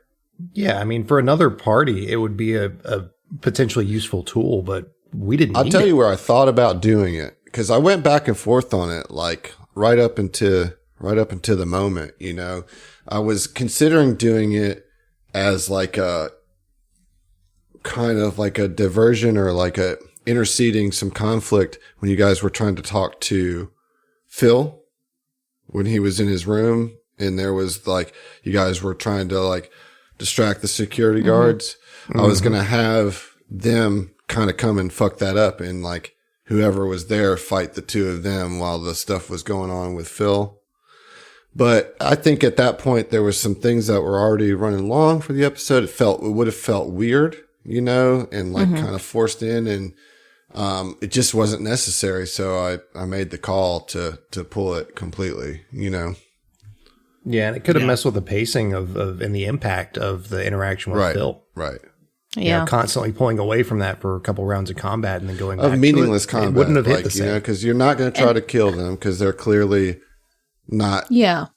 seeing reality. You know, they're not corrupted at this point. They're having a hallucination, you know, and so you're just really trying to subdue them. I think that holding off and waiting until they were fully corrupted and we had to, you know, there was no option. I think that had more of an impact, you know, so, but that's my opinion. Yeah, I mean, the immediacy of having to come to terms with all of Mike's idols being corrupted was a lot more impactful than seeing a slow decline. Mm-hmm. Yeah. Or gradual decline, rather. I mean, Agreed. That's what they say, you know, never meet your heroes because you'll have to murder them brutally. I don't think that's how that saying goes. I'm pretty sure that's I'm with a you. solid I'm quote. pretty sure Yeah. that is, yeah. I mean, Google it. But. Look, when I was Albert a kid, Einstein, I I met think. Triple H one time, and I did not brutally murder him. Well, So, I that's was about missed to ask how that opportunity. fight So I mean, he would have crushed me into paste. Yeah, it would have kicked your ass, dude. kick your ass. So I did what at this point while we're building up to the mine, right? Like we figured out the mine, we're going. That's where we're headed. But during that period of time, our corruptions start manifesting proper, right? It's not just phantasms. We start getting corruptions, right? So how do you get like? Let's talk about the corruption system a little bit. Like, what do you guys think of the corruption system? Adam, I know you're going to have a lot to weigh in on mechanically, but like, what do you think about your particular corruption and corruptions in general? So I will say from also a GM point of view, I love corruption mechanics. I think they're very cool. I think it's just a very interesting way to balance kind of character and our player agency with like the rules. I like that it imposes rules that can kind of make you work against your character. So I just find that very interesting that you have to kind of look at it from an outside point of view, from like a, you know, look at your character from a fucked up kind of frame of reference. And I think that just makes it more interesting. So mechanically, GM wise, I love it. Character player wise, I also love it. Yeah, we know. Shocking, I know. Edge of my seat for that one, Emily. I mean, I'm fully expecting that you will choose to be fully corrupted at some point. No, You're gonna lose your character. no. Yeah. I think as much as you say no now, you're going to get into the heat of the thing, and you're going to like the idea of corrupted Ziva more than you like the idea of continuing to be able to play Ziva, and you'll be fine with making a new character, and you're going to give your goddamn character away for your weird kinky corruption. No, the thing that I am most interested in, and what I like about the concept of corruption mechanics, is not the corruption itself, but the redemption. Like coming back from that, creating that down the hill portion of the story. You know, you're working your way up. That's what I appreciate about you, Emily. You'll dig in. So- You'll dig in. You'll throw it to the wind just cause, you know, and I like it. I thought you were just trying to like teeter on the edge, and you just love that edge, you know. That's I mean, a part of little, it for but sure, right? Yeah. I mean, that's, to me, that is what creating and working within the character concept that you really want to see is pushing the boundaries of what you're comfortable with or what you think your character would be willing to do. And then kind of what do you do afterwards? How do you take the results of what you've been what's been thrust upon you and turn that character either back or deal with the new reality that you have. So that's what I'm interested in with the corruption mechanics. Yeah, having dealt with the corruption mechanics in a separate game, out like a not recorded, not part of the STF thing, I feel the exact same way as Emily does about them. They present interesting and challenging role-playing potential that your ideal character would not have to deal with. You know, to be put into a situation that you have to go against what you want for your character because of what they're dealing with, and, you know, the whole character knowledge versus player knowledge, or the character's reality versus your dreams for them. is extremely interesting to me, and it's so much fun to play, and just almost as like a thought experiment. Yeah. It's fun to explore that and kind of dive into it a bit, and to see where it goes, where it leads, where it takes your character. And you may not like the result, but that's part of the fun. Yeah. Yeah, I couldn't say it better myself there. That's great. Yeah, you're absolutely right on that. So what do you think about your particular corruption, Josh? To be perfectly honest, I'm not sure what to do with it. The outward appearance and Fel not being able to change or, shift the colors of his skin and stuff anymore is definitely a kind of a discouraging thing for Fel, because that's part of his identity. But what is the full extent of your corruption? Help me with this, Adam, because I don't have my sheet. Yeah, pulled up, everybody has the same corruption, but what differs is the way it manifests per person, right? Right. That's what I mean. What is his particular manifestations? He's on the cold-blooded track of manifestations. So some of these manifestations are almost trees, right? They if you have cold-blooded, you're open to other manifestations that are more powerful, but also a little bit more corrupted. So he's on the cold-blooded, and so the chill of deep shadows has inured you to the cold. So he has cold resistance 5. If he ends up getting 3 or more manifestations, that resistance increases to 10. Which is cool. And then the stain, which the stain that never gets worse, it's just comes right there, is that your appearance becomes disturbing, reducing your charisma score by 1. So, mechanically, it's not so bad for his character, but for his character, Fel is kind of, I don't want to say your appearance is kind of part of your character, right? Yeah, it's part of his identity. Right? And so to have that charisma reduced and to lose kind of some of that, I think is an effective story stain, even if it's not a big deal mechanically. Yeah. Well, and that's the thing. It's not a big deal yet, but where we're about to go. Well, right. You're about to have to talk to an old friend, and you're less able to do that now, It covered in scars and not looking like himself. And going back to Verces, as a Verthani, with one of the most defining characteristics of your species, inert. You know what I mean? That. So that's why I chose that for Fel. You know what I mean? On paper, it doesn't really jump out Fel, but adapting it to his story, that's why he has that one. And that's why I said I'm not exactly sure what to do with it just yet. Right. But I knew, and again, trust Adam as a GM, that he's not just going to have thrown that at me or given that to Fel without a reason. Right. One, it's akin to an example I would think of is Mike being a Vesk. If he went to the Veskarium but had all his horns filed off, right? They wouldn't accept him as a traditional Vesk kind of thing. Mm. So John, you said you agreed with their sentiments, but I would think you probably like your manifestations. I would think.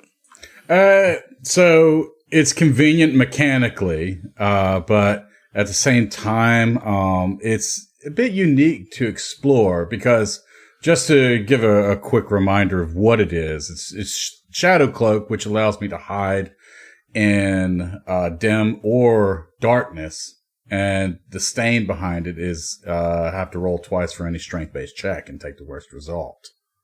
Now, yes, the gift actually, in this AP, there has been both a strange mix of actually pulling himself closer to this group, but at the same time becoming a little bit more isolated from the group. Yeah. And a sense, and that's the isolation would come from this Shadow Cloak. And it would have to do with, he wants to stay out of the light, and he does enjoy his, I guess, in his downtime or his, I guess, in your 10 minutes, stamina rests, he would be kind of off to the corner by himself. Right. Well, and especially considering, I think a couple of us have like illuminating fusions and stuff like that where we're casting light. So he's not trying to get up and be like shoulder to shoulder unless he's going to flank, Right. He doesn't want to be noticed, Mm-hmm. Correct me if I'm wrong. Aaron doesn't have any manifestations yet? That is correct, sir. We'll get there. Typical. He says with a huge grin on his face. He got that plus 28 to will or whatever. Exactly. The fucking plus 28. Fucking. Well, you don't really use resolve much, right? No, I don't have a resolve spender at all. You don't have one at all? Give me some of your resolve, bitch. You know what? You need to go spend a feat on something that gives you got to spend 2 resolves on. So that I can get quicker on the corruption track? Yes. Okay. All right, we'll see. Buy in, dude. We'll see. Buy in. What's happening is Zach keeps rolling dirty 30s and just passing. I say that's the thing I hate most about this book. It's dirty 30s. The 30s Well, I'm going to tell you right now, they're not going away. No. Well, they're written as corrupted 30s in the book, but... Oh, okay. Yeah, okay. That's why they're dirty. So personally, I think the corruption mechanic is very cool. I like the intimidating type manifestation that Mike has to some degree. I don't feel like I've had a lot of opportunities to really use it. There's been a couple for sure, like his first, when Kuiper revealed himself, his conversation with Kuiper, and then his conversation with prisoner Gardenzio. Those were both good examples of him getting to use that. I haven't been able to use it as much as I would like, but as far as the corruption system in general, I will say, kind of on the other side of the coin of everybody, praising it so much, I would be really hesitant to use a corruption system if I were in a party that wasn't as tight knit as ours were and so dedicated to doing what's good for the show. I could see a corruption system ruining a party. Absolutely. Because people start acting on their corruptions and ironically it'd be buying in too much to your corruptions could really alienate your other party members. Somebody might want to be an edgelord, Mm-hmm. Yeah. It could set up a lot of edgelordism. Yeah. In the non-STF game that I mentioned before that has we're dealing with corruption mechanics as well, I'm kind of trying to walk that line. I'm trying to push as close as I can to it, but not break the group's trust and not, ruin things for other players because I don't want to ruin their fun. But that is definitely a real potential issue. Yeah. Right. Well, there still has to be a certain amount of respect and consideration. And I think we're all well aware that we are very fortunate to have the group that we do because I see nothing but horror stories on the internet about groups that can't stay together and that, one person screws it up for everybody by doing stuff like that. So I think to use something like corruptions, which is a very cool mechanic, you really need to be tuned in to your friends and have a lot of respect for your gaming group. Yeah. Absolutely. I will say this last thing and then we can move on. But I think Ziva's corruption, is perfect, story-wise, but also mechanically, it does not provide me, Emily the player, with a boon. That certainly not that I can use very often. I have to take massive damage to be able to use the gift. Yeah, but that's a boon if you want to take massive damage. It is, but I think it's perfect, though, because of what you said, Heath. As me, I'm probably the one who's most interested in leaning into the corruption hardcore, but that mechanic aspect keeps me kind of in check a little bit. So I think that's a very good balance. Yeah, well, because you could go all in and just say, fuck it, I'll either let my character get fully corrupted and give it away, or I'll get myself killed trying to lean into this mechanic, Yeah. Both of those, generally, you don't want to happen. Yeah, those you're going to have a bad time. I will say to the corruptions, to all of you, that all of your manifestations get substantially more interesting when you hit the second level of them. You know what I mean? And I think that, be prepared that it's very likely that somewhere in the next 2 to 3 books that you will get there. You know, like. Yeah, well, especially Mike and Ziva, they're already the most corrupt. Right. Like, I think the intent, kind of, at least my intent, I'll say for sure, is to get you as close to it throughout the 3 books with risk of you losing your character, but hopefully you don't. Like, that's like what I want, but I'm also not going to like hold back on it either, you know? Yeah, and you shouldn't. I mean, but that is like my biggest fear is like, and always has been, as I've been pretty vocal about, is like losing control of Mike and having, if you got to go up against Mike, like not to toot my own horn, but like that's a challenge. Like that's a rough fight, you know? Yeah. I'm not saying you're all going to die. You could probably take him down, all of you together, but it's going to cost something. You know? Nah, it's fine. We're just going to let Oren 1v1. I got his number. If he gets the higher ground, I'm done. You know? There it is. I ain't scared of Mike. Well, you know, I feel like Mike has a lot of respect for you, you know? Okay, so because of all this hardship and unexplained phenomenon, the APA, they've had to use what allies they can, and we begin to learn a lot more about the mysterious Kuiper Vargas.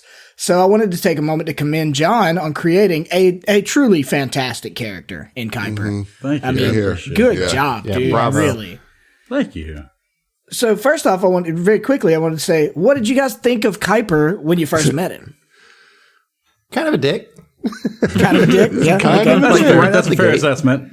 I was very excited about Kuiper because he's another charisma character, you know, like that's exciting to be able to play off of that. And also I really love that species. It's a cat man and it's I do too.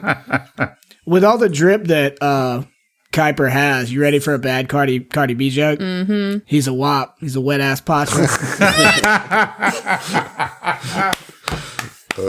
Wow, that's great. That's great. Love that. Cool. I was expecting the other P, which would have been appropriate, but also risque. I held back, man. a little good, but I like it. Right? That's that grimdark you're coming for, folks. I'm holding back. Shit.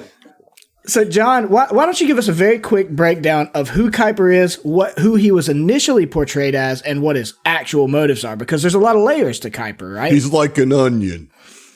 Yeah. There it is. No, a cake. Come on. No, but everybody like parfait. Lasagna. So we could do this all day, dude. Layered food. You want to go? I mean, parfait. Tiramisu. All right. Okay. I like lasagna. I think lasagna is the most apt description. Anyway. Oh, yeah. Because he's not Garfield. I'm not fucking Garfield. Fuck that noise. But, okay. So, Kuiper, just starting off, okay? So, Kuiper had to come into the middle of the story that is APA. And as I said before, I had to develop some intrigue for Kuiper to be taken seriously, you know? So I wanted Kuiper to be a bit charismatic at the start. And so, okay, my influence, I don't think I've ever actually told y'all, but my influence for Kuiper's lie was Mads Mikkelsen, particularly from the show Hannibal. From Hannibal? Yeah. Show Hannibal. If you've never seen it, watch it. I guarantee you'll like it. It's on Netflix now. Yep. But that also blends really well with the New Elysium aesthetic, you know? It's supposed to be a classy place, full of people with just too much money and expensive clothes, you know? But, underneath that, I wanted to explore trauma, you know? And of course, this is Signal of Screams, but I wanted to explore it even if we weren't doing Signal of Screams, you know?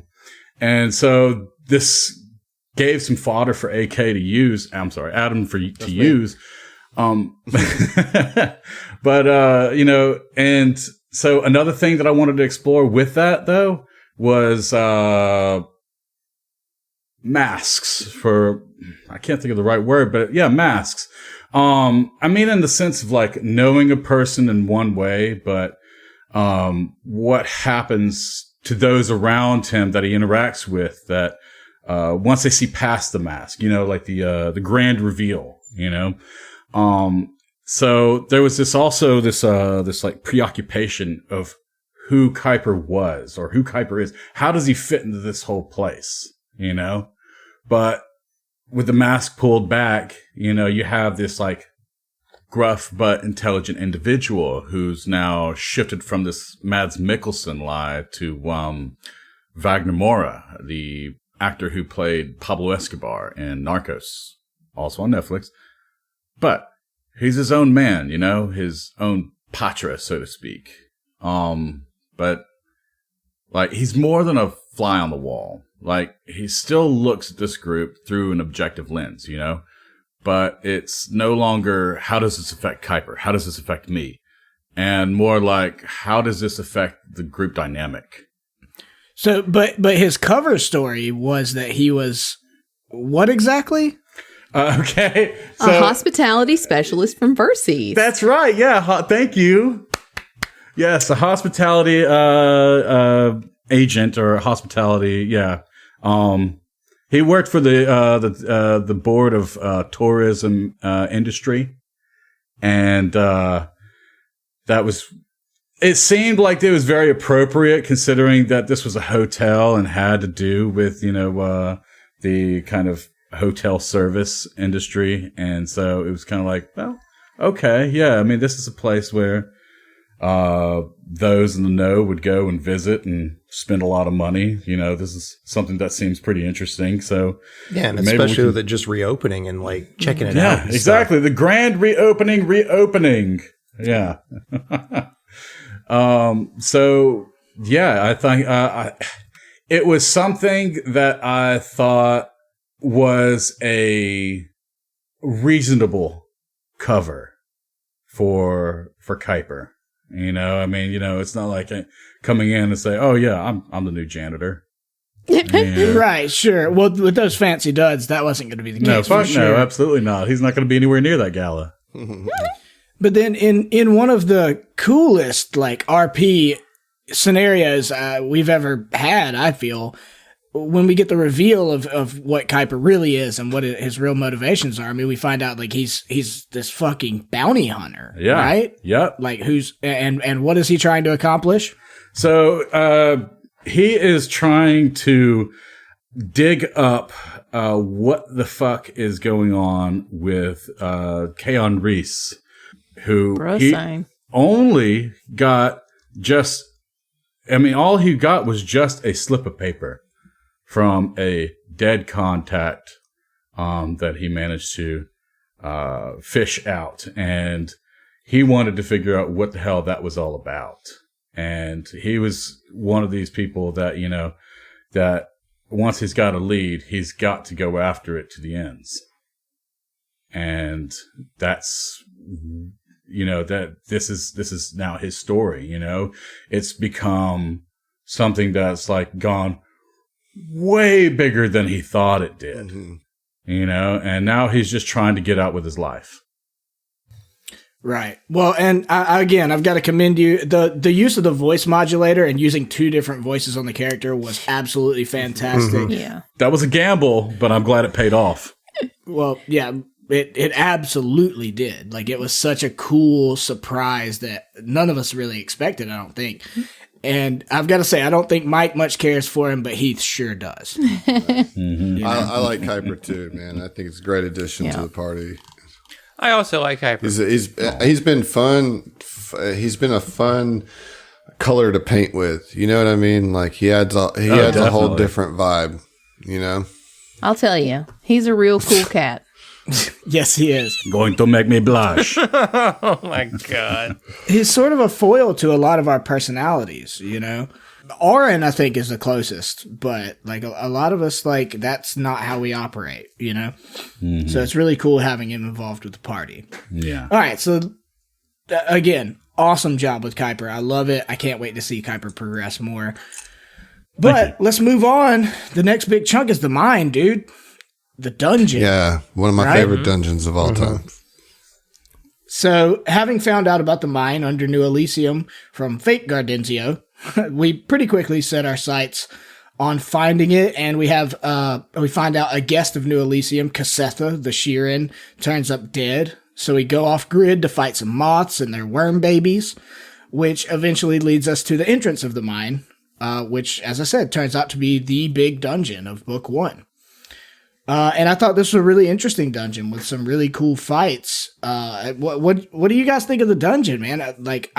The mine was so cool. It's so unique, and it's that peeling away of the onion of like New Elysium's just the outer layer. The mine's what's at the core, you know?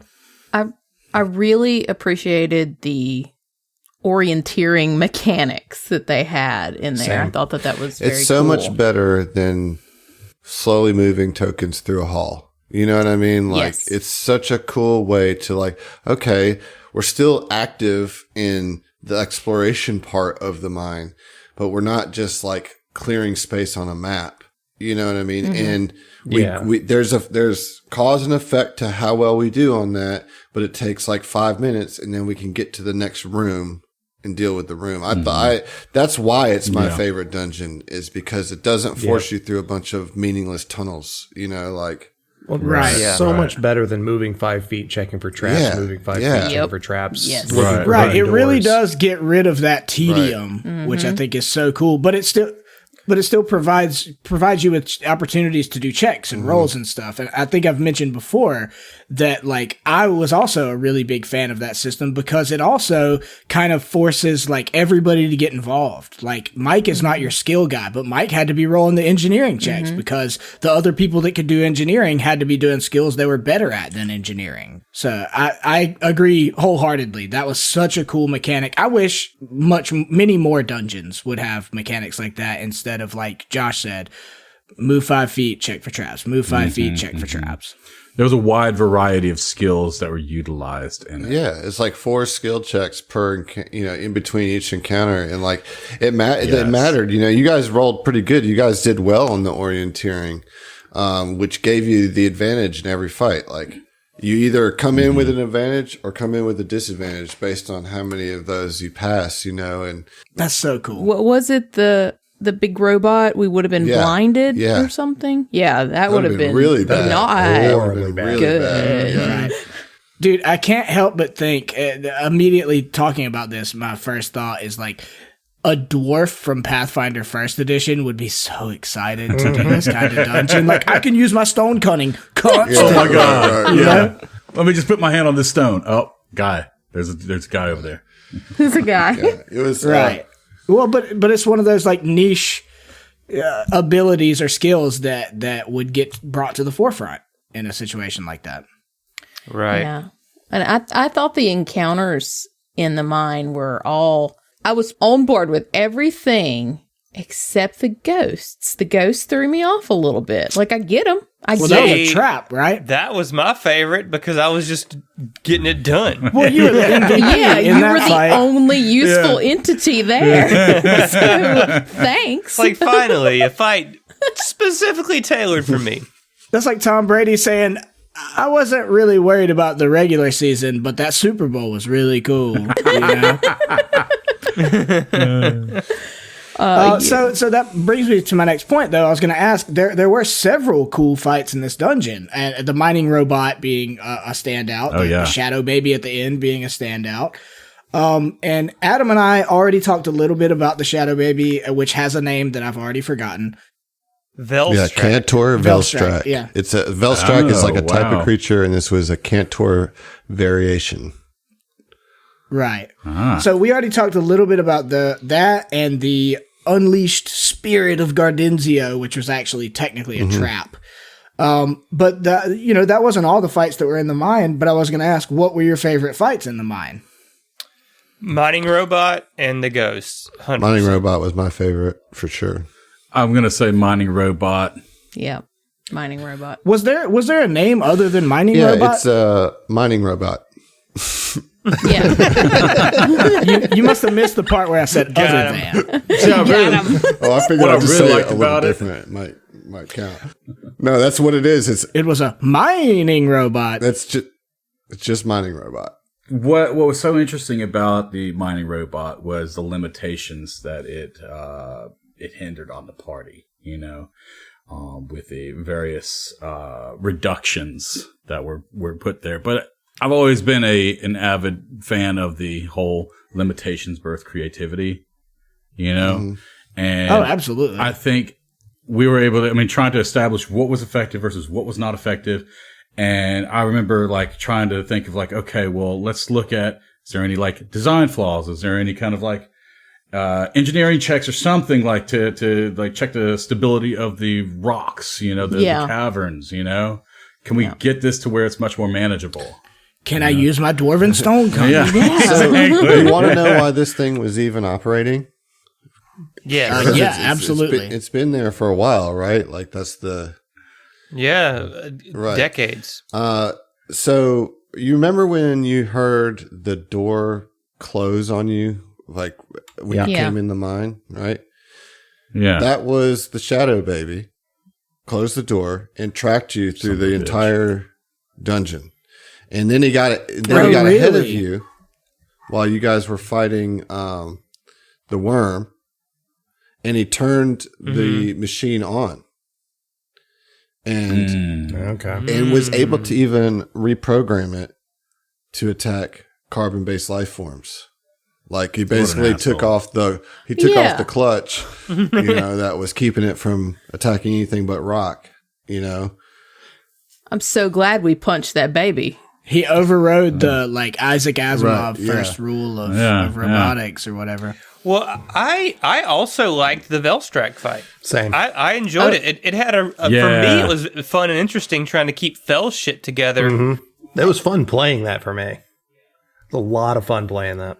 And I was so appreciative of John's quick thinking with the aerosol. Spray paint that bad boy. That was so fucking clever. That was super clutch. Oh my God. That was super clever. I was really proud of John, and he facilitated us being able to win that fight. Yeah. But it was funny. I think I messaged John during the fight. I was like, this item is it's a cool item, but on Paizo's part, it's like, well, spray paint would be so much more effective. Well, the whole thing about it that the whole reason why I got it was actually for lasers. Right. Okay. Lasers, Laser traps or some shit like that. And then I was just looking back over it.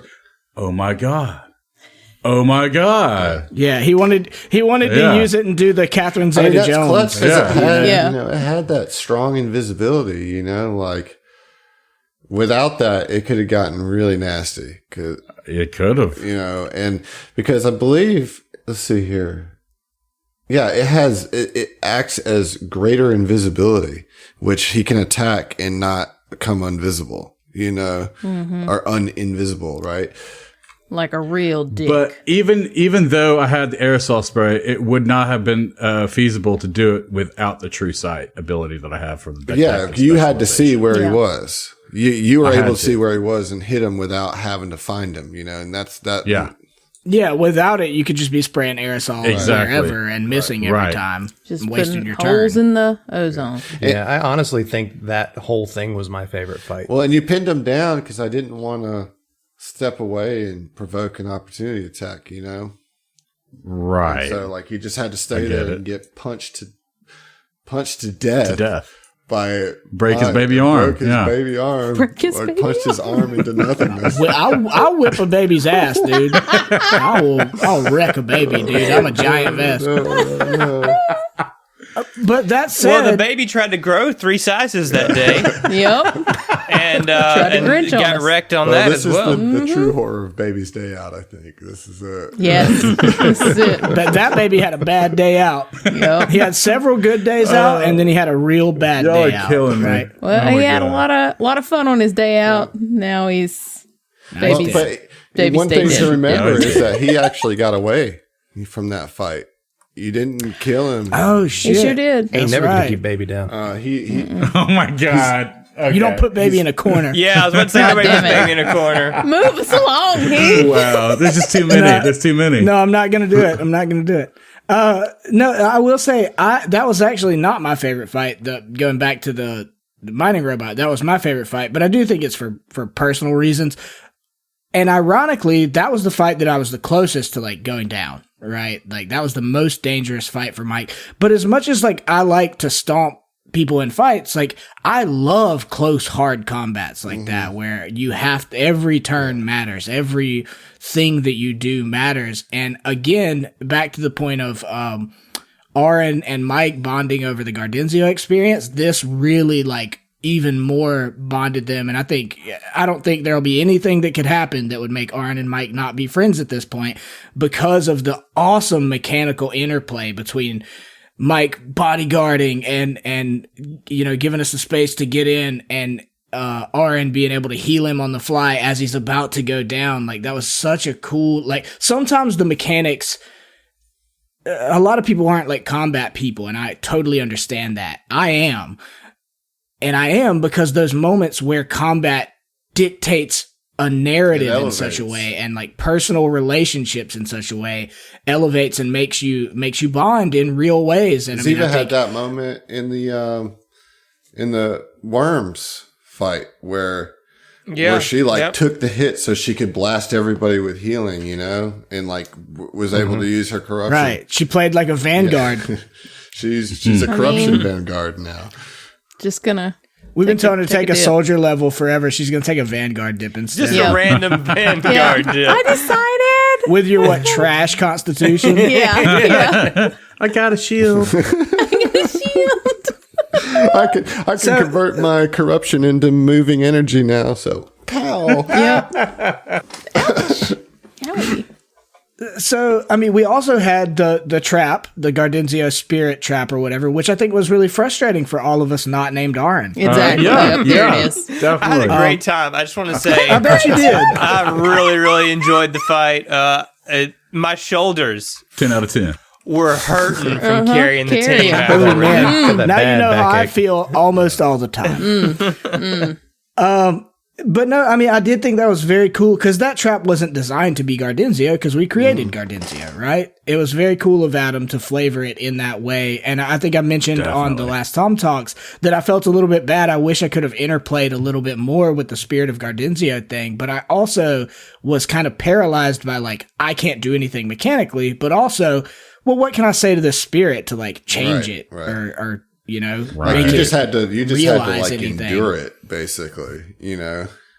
Yeah. Well, and that's torment for Mike, you know, because we had just we in that same experience, that same episode, we find the body of Well, Gardenzio, and Mike's only flashback this book or whatever was him torturing you, right? That happened in this book. We had two Mike flashbacks. We had the waterboarding, and we had Gardenzio saving him which from happened the like right at the beginning of that fight. That's where it dropped. Right. It was the like what's it called? The Greek the training that Greek kids go through. Spartan kids go through. I can't remember what it's called. You know what I'm talking about. Yeah. Hell in the week. beginning of 300. Right. Hell, like 8 years. But yeah, it was very much inspired by that. He was having to fight an older boy and was getting beaten up, and the older boy, who was like an orc, just gave into his bloodlust and tried to just completely drown Mike. And Gardenzio shot him in the head. You know, Gardenzio's not a good man. You know, but Gardenzio protected Mike again. I have a quick question for you, Adam. Well, flashback mine. The voice that was it just Ziva that was hearing it in the mine, or was it everybody? Everybody heard it at some point, you know, but you interacted with it sometimes on your own. Was that the same voice of the gray lady No. in Ziva's dream No. flashback? No. Okay. No. Okay. The voices that you heard in the cave are like voices either of people that died there in the mine. So like lots of pirates and miners and stuff like that, and scientists, Dim ghosts. or it was further phases of phantasms of your own psyche, of your own history, and the things that disturb you. You know, so I'm sure that you heard several people from your past that's died among those voices. You know. Gotcha. Yeah, or here's Yeah. Evelyn. Yeah. Evelyn talks to him. Yeah. For sure. I mean, so the voices are just kind of this blend of people that died on the rock and your own psychic energy, you know? Yeah, so I don't want to spend too much time on this, but to go back to the Shadow Baby fight real quick, like what Heath was saying with Orin and Mike bonding closer during the mining robot fight, the whole thing with Fel being bamboozled by the Shadow Baby and having Mike still hold him, keep him from going off that ledge and heading towards the signal and trying to get away from the party, or heading towards the relay rather. And then having Orin have his back, his old pilot friend from back in the day now.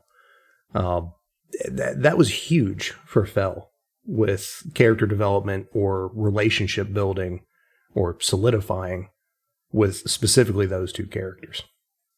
Yeah. I got you, fam. I got you, fam. Oh, I know.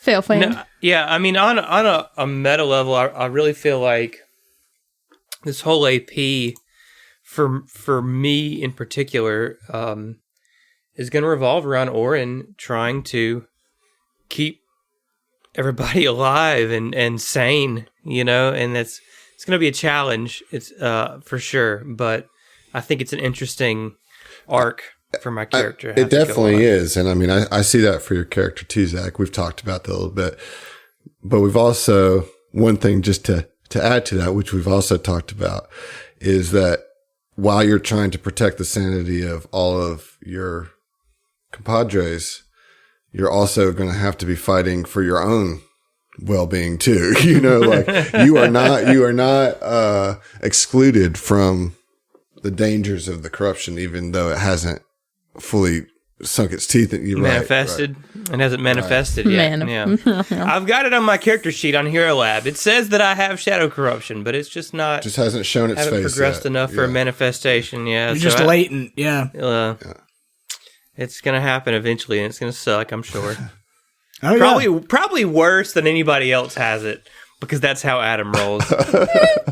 I don't know. I mean, that may just be your curmudgeonly nature coming up. It might not be that terrible. I mean, they're all bad. I can say this for sure, Zach, Orin. You're not going to like it. You think? That's my thought. I'm shocked. Which, if nothing else, will be on brand. So, okay. So we get through all these combats in the dungeon, the mining robot fight, harrowing, the Shadow Baby fight, harrowing in different ways.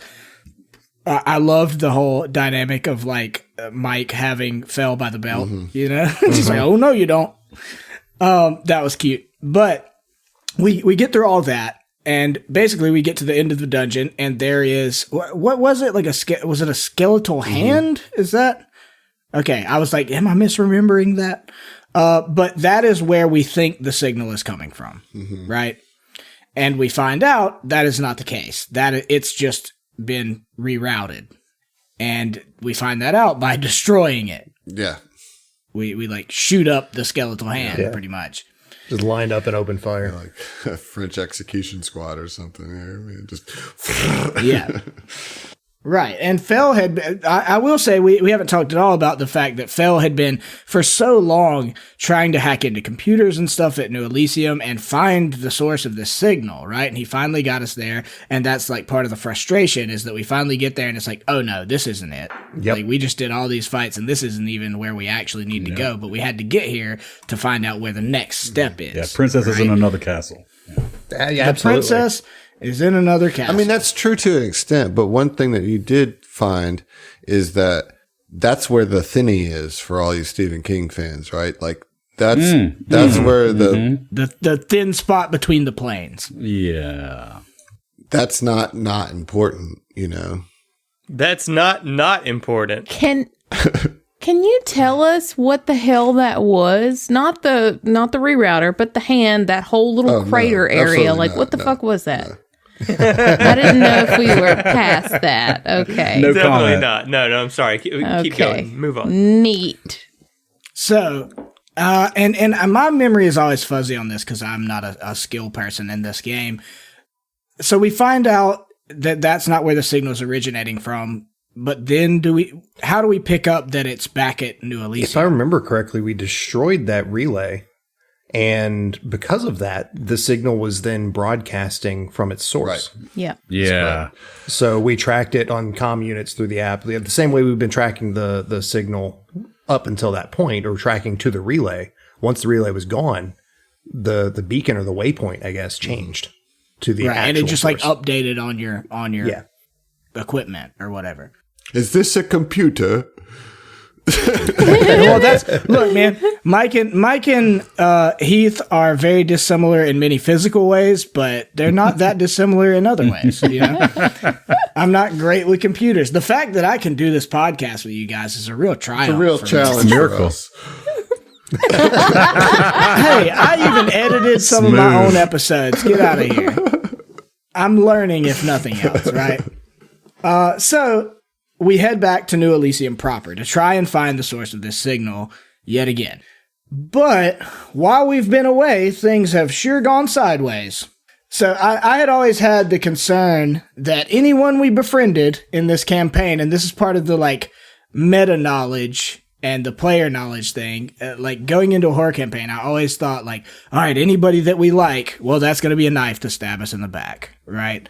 That's just, that's something I'm not trying to play on Mike, but as Heath, I know. So that turned out to be true when the party is forced to fight and kill the Absalom Buzzblades. And we did. We murdered them real good. We and did. stole their shit. I mean, we did. We straight killed Yeah, them. there We did. was little hesitation, and Yeah. you know, I won't say I'm surprised because Ziva don't give a shit about Buzz. well, There was hesitation on Mike's part. To be fair, like he straight up called out to him several times, like, "Hey, stop this! Yeah, Stop but- this. Stand but- down! Like, what are we Yeah, doing?" Mike really but did try. didn't Yep. stop you from swinging. Is all I'm saying. You know, like Dude, get off my nuts! You want me to do this? I'm just saying, like I don't think it was the wrong choice at all. Like I don't think you guys are like making immoral choices by doing what you did. I did not swing until swung upon. Quit making me hit you. I'll tell you who's even never swung on. Phil. Yeah. Yeah. My baby boy. What I was going to say is, man, that Buzzblades fight, it really hurt me. Probably just as much as finding Philip corrupted and strung up in the same room. chained hurt up, Emily. chained up. Yeah, Chained up. Yeah. up. And flayed some, yeah. There's some interesting things about that we didn't get into, just because you guys didn't really mess with it much. But whenever somebody had a condition, right? So he had this ability that once per round, whenever somebody has a condition, he can remove one condition per round of confused, fascinated, fatigued, shaken, sickened, or staggered. Bullshit. That's what it is. If you had tried to free Philip while the battle happened, it's pretty difficult. Of course, the Asloya immediately tries to stop you from approaching him by getting in the way.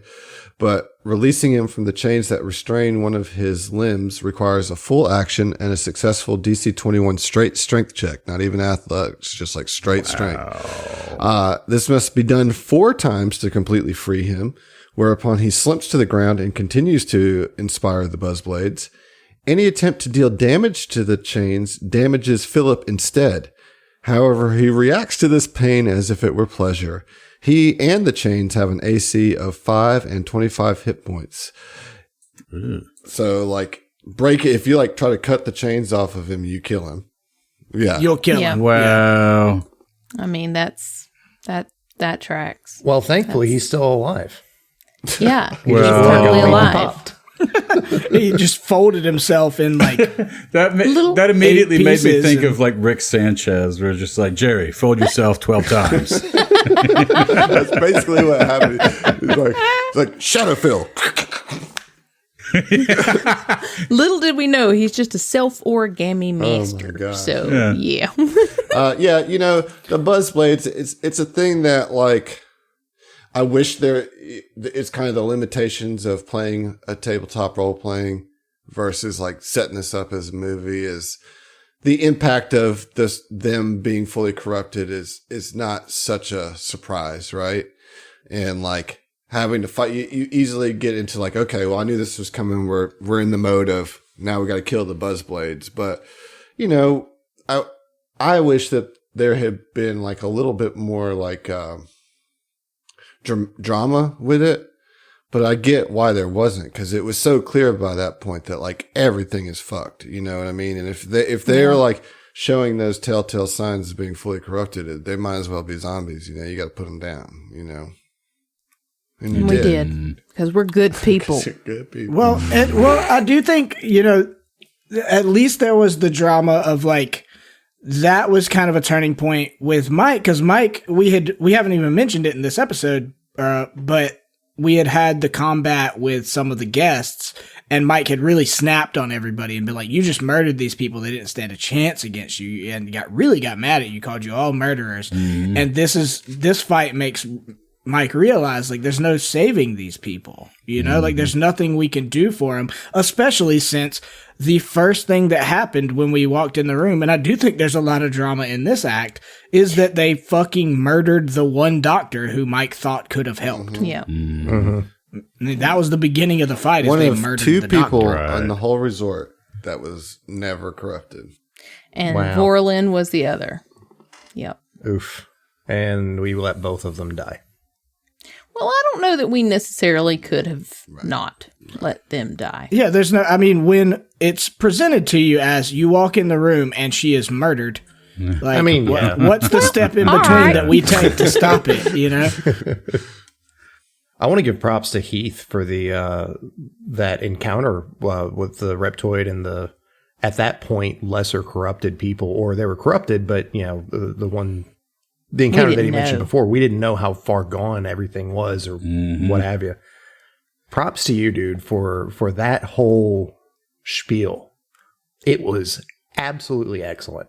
Yeah, you were acting as the moral compass of the group, you know, and Kuiper like felt that was like weak. Well, the thing was, it was a reflection of his corruption too, right? Like he's been trying to fight the I think Mike really kind of subtly has been fighting the corruption a lot by like trying to take the like more diplomatic route. You know, he did with the doctor. He's like, no, we're not going to intimidate. He's the one that calmed down Oren on intimidating the doctor. Like he was really fighting it, and that all bubbled up in that moment and spilled out as like a full, he intimidated his own crew.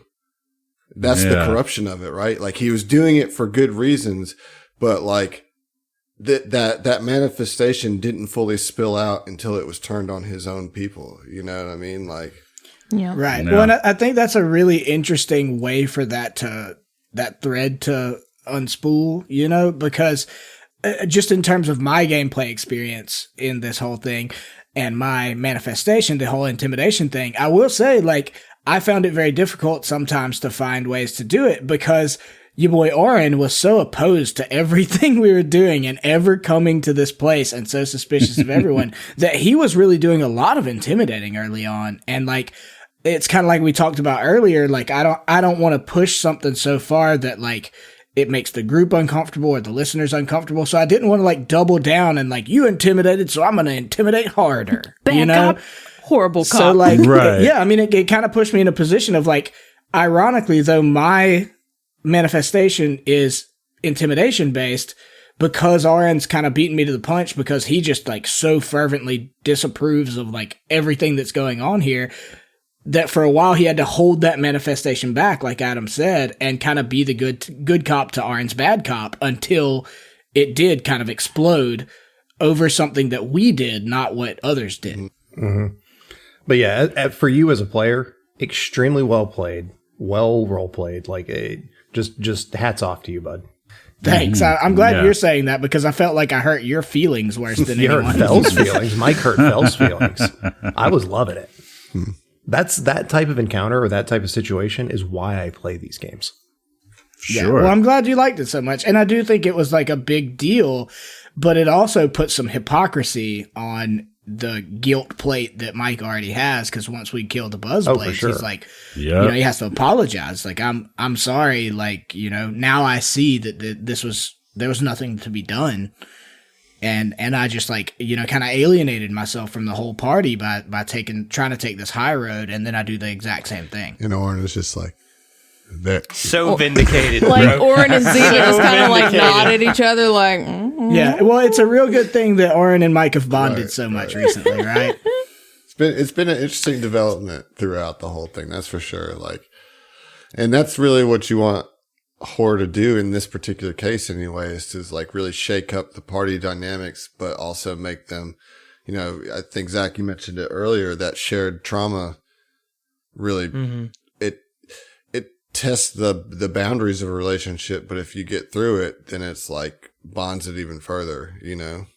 Yeah, absolutely. Well, that's that, and I'm sorry to like take any more time, but that reminds me of something that ironically I heard from Colin Coward, who's like one of my favorite sports commentators, but I've really appreciated this since I've ever heard it. He said, I'm a person who really likes, in the long run, to have uncomfortable conversations, because everybody in the world tries to just avoid uncomfortable conversations because they make them uncomfortable. But when you have one, you go ahead and rip that Band-Aid off and you get to the heart of what this problem is, and then you inevitably always bond harder than you had before. You know? Yeah, like, absolutely. I just love that sentiment. I like And that's that. kind of the person that I am too. Like, I'd rather address an issue head on. Let's go ahead and get the ugliness out of the way so we'll be better friends later. You know? Well put. Yep. So, after killing the entire starting squad of Mike's dad's favorite Brutaris team, Fell does some hacking, as he do. Which leads us to the bombshell discovery that this whole thing was planned. This whole thing was like an experiment of sorts. The stewards were never coming to save New Elysium. Rather, this was a testing ground, a petri dish for this corruption, and the next step in this vast conspiracy is to use another social media app on Verces to unleash the corruptions on Kuvakara. I'm saying that right? Yeah. Yeah. On Kuvakara, one of the biggest cities on the planet, which is Fell's home planet. Yep. I mean, that's a huge plot development, I feel like. Oh, yeah. That I don't feel like we had, because so much other shit was going on, like, we didn't have time to really, like, dive that far into, but that's a huge deal. Like, this is a horribly traumatic thing that we're going through right now, and this is a drop in a pond compared to what the entirety of Kuvakara and potentially Verces being corrupted would be. And so insidious, I know we touched on this before, but so insidious being shared through a social media application. Like, that's just so, I don't know. I hope Zuckerberg never listens to I hope he this. does. I don't know. I don't want him to get any ideas. I still hope he does. He's past the point of I being still hope he redeemed. does. Right. If Zuckerberg likes it, he's going to get us out there. That's for sure. So, you know. I mean, fair, but Good point. that's a good idea. I need to take notes. yeah. But yeah, I mean, to me, this plot twist was just huge. I mean, both in the scope of the evil of this plan, and also personally, because I've been complaining forever about wanting to go to more Pact Worlds planets. Like, I'm so excited to go to Verces, to go to anywhere in the Pact Worlds that's not Absalom Station. Yeah. Pack your Right, bag, We're boy. going. Yep. So, I mean, are you guys excited to go to Verces? So much. You know, what, you know, we touched on it a little bit already, but like, what are your thoughts on this humongous plan to corrupt this? I mean, I'm thinking it's like a New York, right? Yeah. It's a massive city. I did a little bit of research on Verces itself, and this was in preparation for Kuiper's cover, okay? Just in case, for whatever reason, that maybe, like, Fell knew so much about, like, Verces or something like that. You know, I wanted to be able to, like, tit for tat on that. But I'm personally, this is just my hot take on it, this is going to probably happen. And you said Kuvakara. I can't help but think it has something to do with maybe the River of Returning Joys. So, River of Returning Joys, just real quick, it's just a massive caravan that travels the circumference of Verces, okay, along the ring, because it's a planet that has one side is tundra and one side is desert. Yeah, it's tidally locked. Yeah, and it's tidally locked. Yeah. And so I talked about this in my where to go on your Packed Worlds vacation interest. Exactly. And so it's got this whole magically augmented circus that does performances and mind-bending illusions, and it travels along as long as it's been known, you know? So it's something that I'd imagine a lot of people around. Well, John just broke the code. Caravan. We're doing Extinction Curse in space. That was the big. That was the big reveal.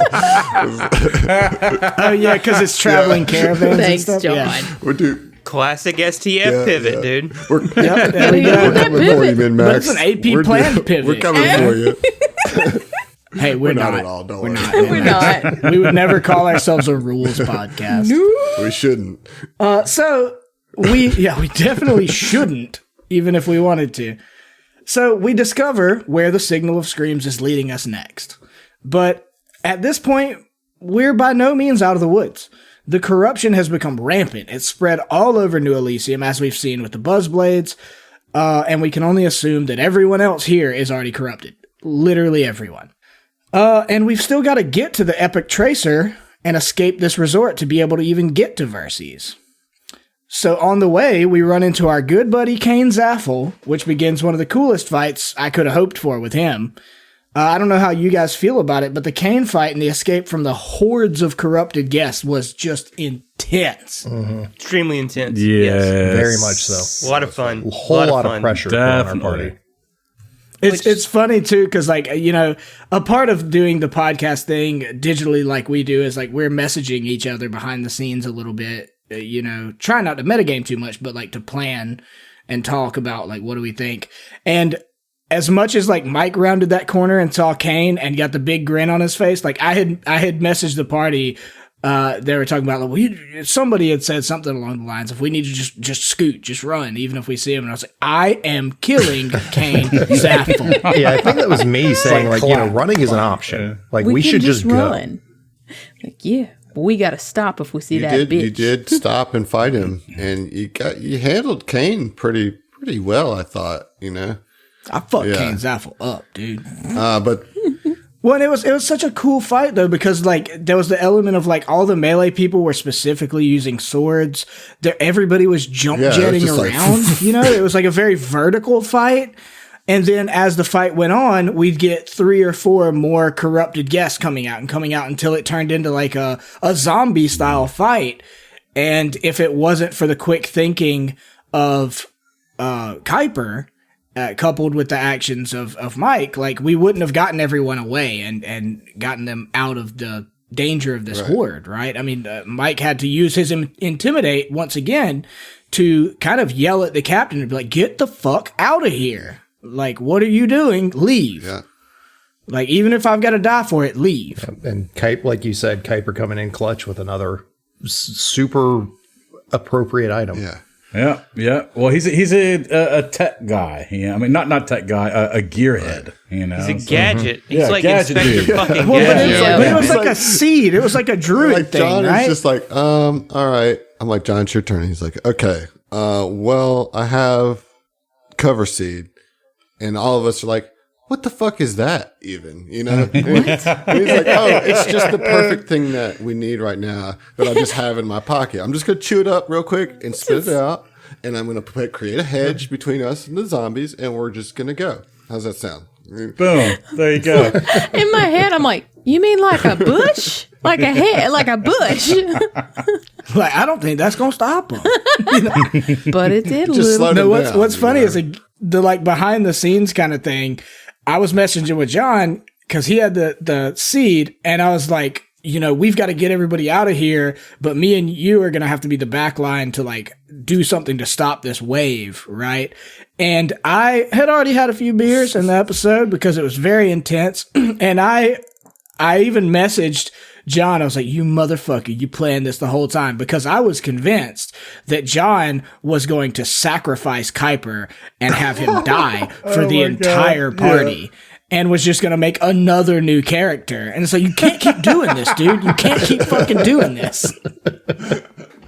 Oh, John would be so mad at me if I killed Kuiper in this book, dude. Yeah, I would. I would. So mad if I. But I just don't trust Fair, y'all that's anymore. fair. I was like, you guys have been working behind the scenes. You're planning on killing Kuiper so you can bring in like a fucking Shimreen Vanguard or some shit, you know? No. I'm just going to bring in a Vesk by the name of Tungsten Mitchell. Oh my God. Tungsten Mitchell. I do love that our community keeps making the joke that, like, because of Titanium Mike, now they just associate Vesk with having a metallic Iron nickname and a regular, like, white dude name. You know? Like Bronze Chad. Copper Don, you know? Copper That's a Don. good one. That's my next character, is Copper Don, for sure.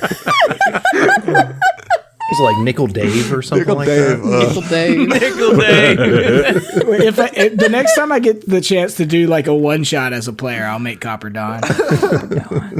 Oh, man. All right. Well, what's next? I mean, that's about it, man. Now we finally got through that fight. We got onto the ship, and where we're at now is our plan is to go to Verces and try to stop this Well, there was another humongous. starship combat. Yeah, well, also, there's only one starship. Mine got fucking left behind because of bullshit shenanigans that Adam decided to play.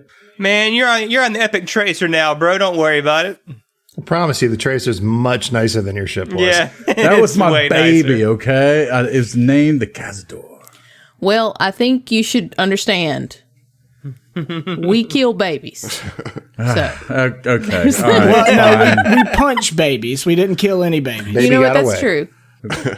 Yeah, baby got out of a corner, you know? Probably the Shadow Plane. Yeah. I would imagine. But no, like, to speak to Kuiper kind of missing out on the opportunity to get to his ship. For one, like, did you really think Adam was going to let the party have two ships? That's not going to work. No, absolutely not. But Also, Yeah. I do think it was very cool. Like, you know, I've talked a lot about Mike and Aaron bonding through the combats and through the experiences that they've had. And Mike was incredibly antagonistic to Kuiper and outright hated him. Just did not like him, which really was tied into the Apollo Protection Agency was a protection agency. It safeguarded people from Bounty hunters. bounty hunters, from people like you. Like, you are his. from slavers, not bounty hunters. There are different people there, okay? Did the Apollo Protection Agency was not founded about slavers. It was about getting people to court, Right. Yeah, to get to yeah, a that's safe right. Yeah, court yeah. date. And you know who stops people from doing that? Assassins and bounty hunters. That's it. So they really are diametrically opposed. But I will say, in that moment of you realizing your ship wasn't available, it was trashed or whatever, or what was it? The oil Didn't or the have fuel fuel. line was Yeah, cut, the fuel right? line was disconnected. So I think there was a bonding moment in that combat. There really was, of like Mike being the last one with Kuiper and you two being the guys to hold back this swarm and save the party. You together, you know, made it to where the party could get away and get to the ship and safely get through this combat and through this entire book. So they really have bonded in a way. Now, how that will express itself is to be seen. I think they'll always be a little antagonistic. Probably so. I'm a cat. I'm just going to show affection one time, and then I'm just going to like bite your finger. You know? Yeah, All you he'll come gotta like do is blunt me ignore in him, my yeah. sleep once, you Yeah. know? Just Yeah. ignore him. He'll love you. Yeah. But I mean, I do think that bonding led to, like, Mike, you know, there was a cool little quick scene where like you come back to the ship and Mike's like, "Oh, you coming with?" And it's fine. Like, it's okay. I think that's the first step to Mike accepting Kuiper into the APA kind of thing, you know? Now, whether or not Kuiper wants to be in the APA is yet to be seen. Has yet to be seen. All right. Pretty Well, good rundown. Got through all of it. That's what I've Yeah. got. I think we covered most of everything we needed to. I know we've still got listener questions, so we'll try and be quick about those. Yeah. We do have some good Let's do Yeah, lightning we do have round, some I guess. good listener questions. I do want to try to keep your responses short, Answers short, if you can, okay? Because we are running long here. But we're going to just go ahead and start with the bipolar trifecta, just to get that in there, you know?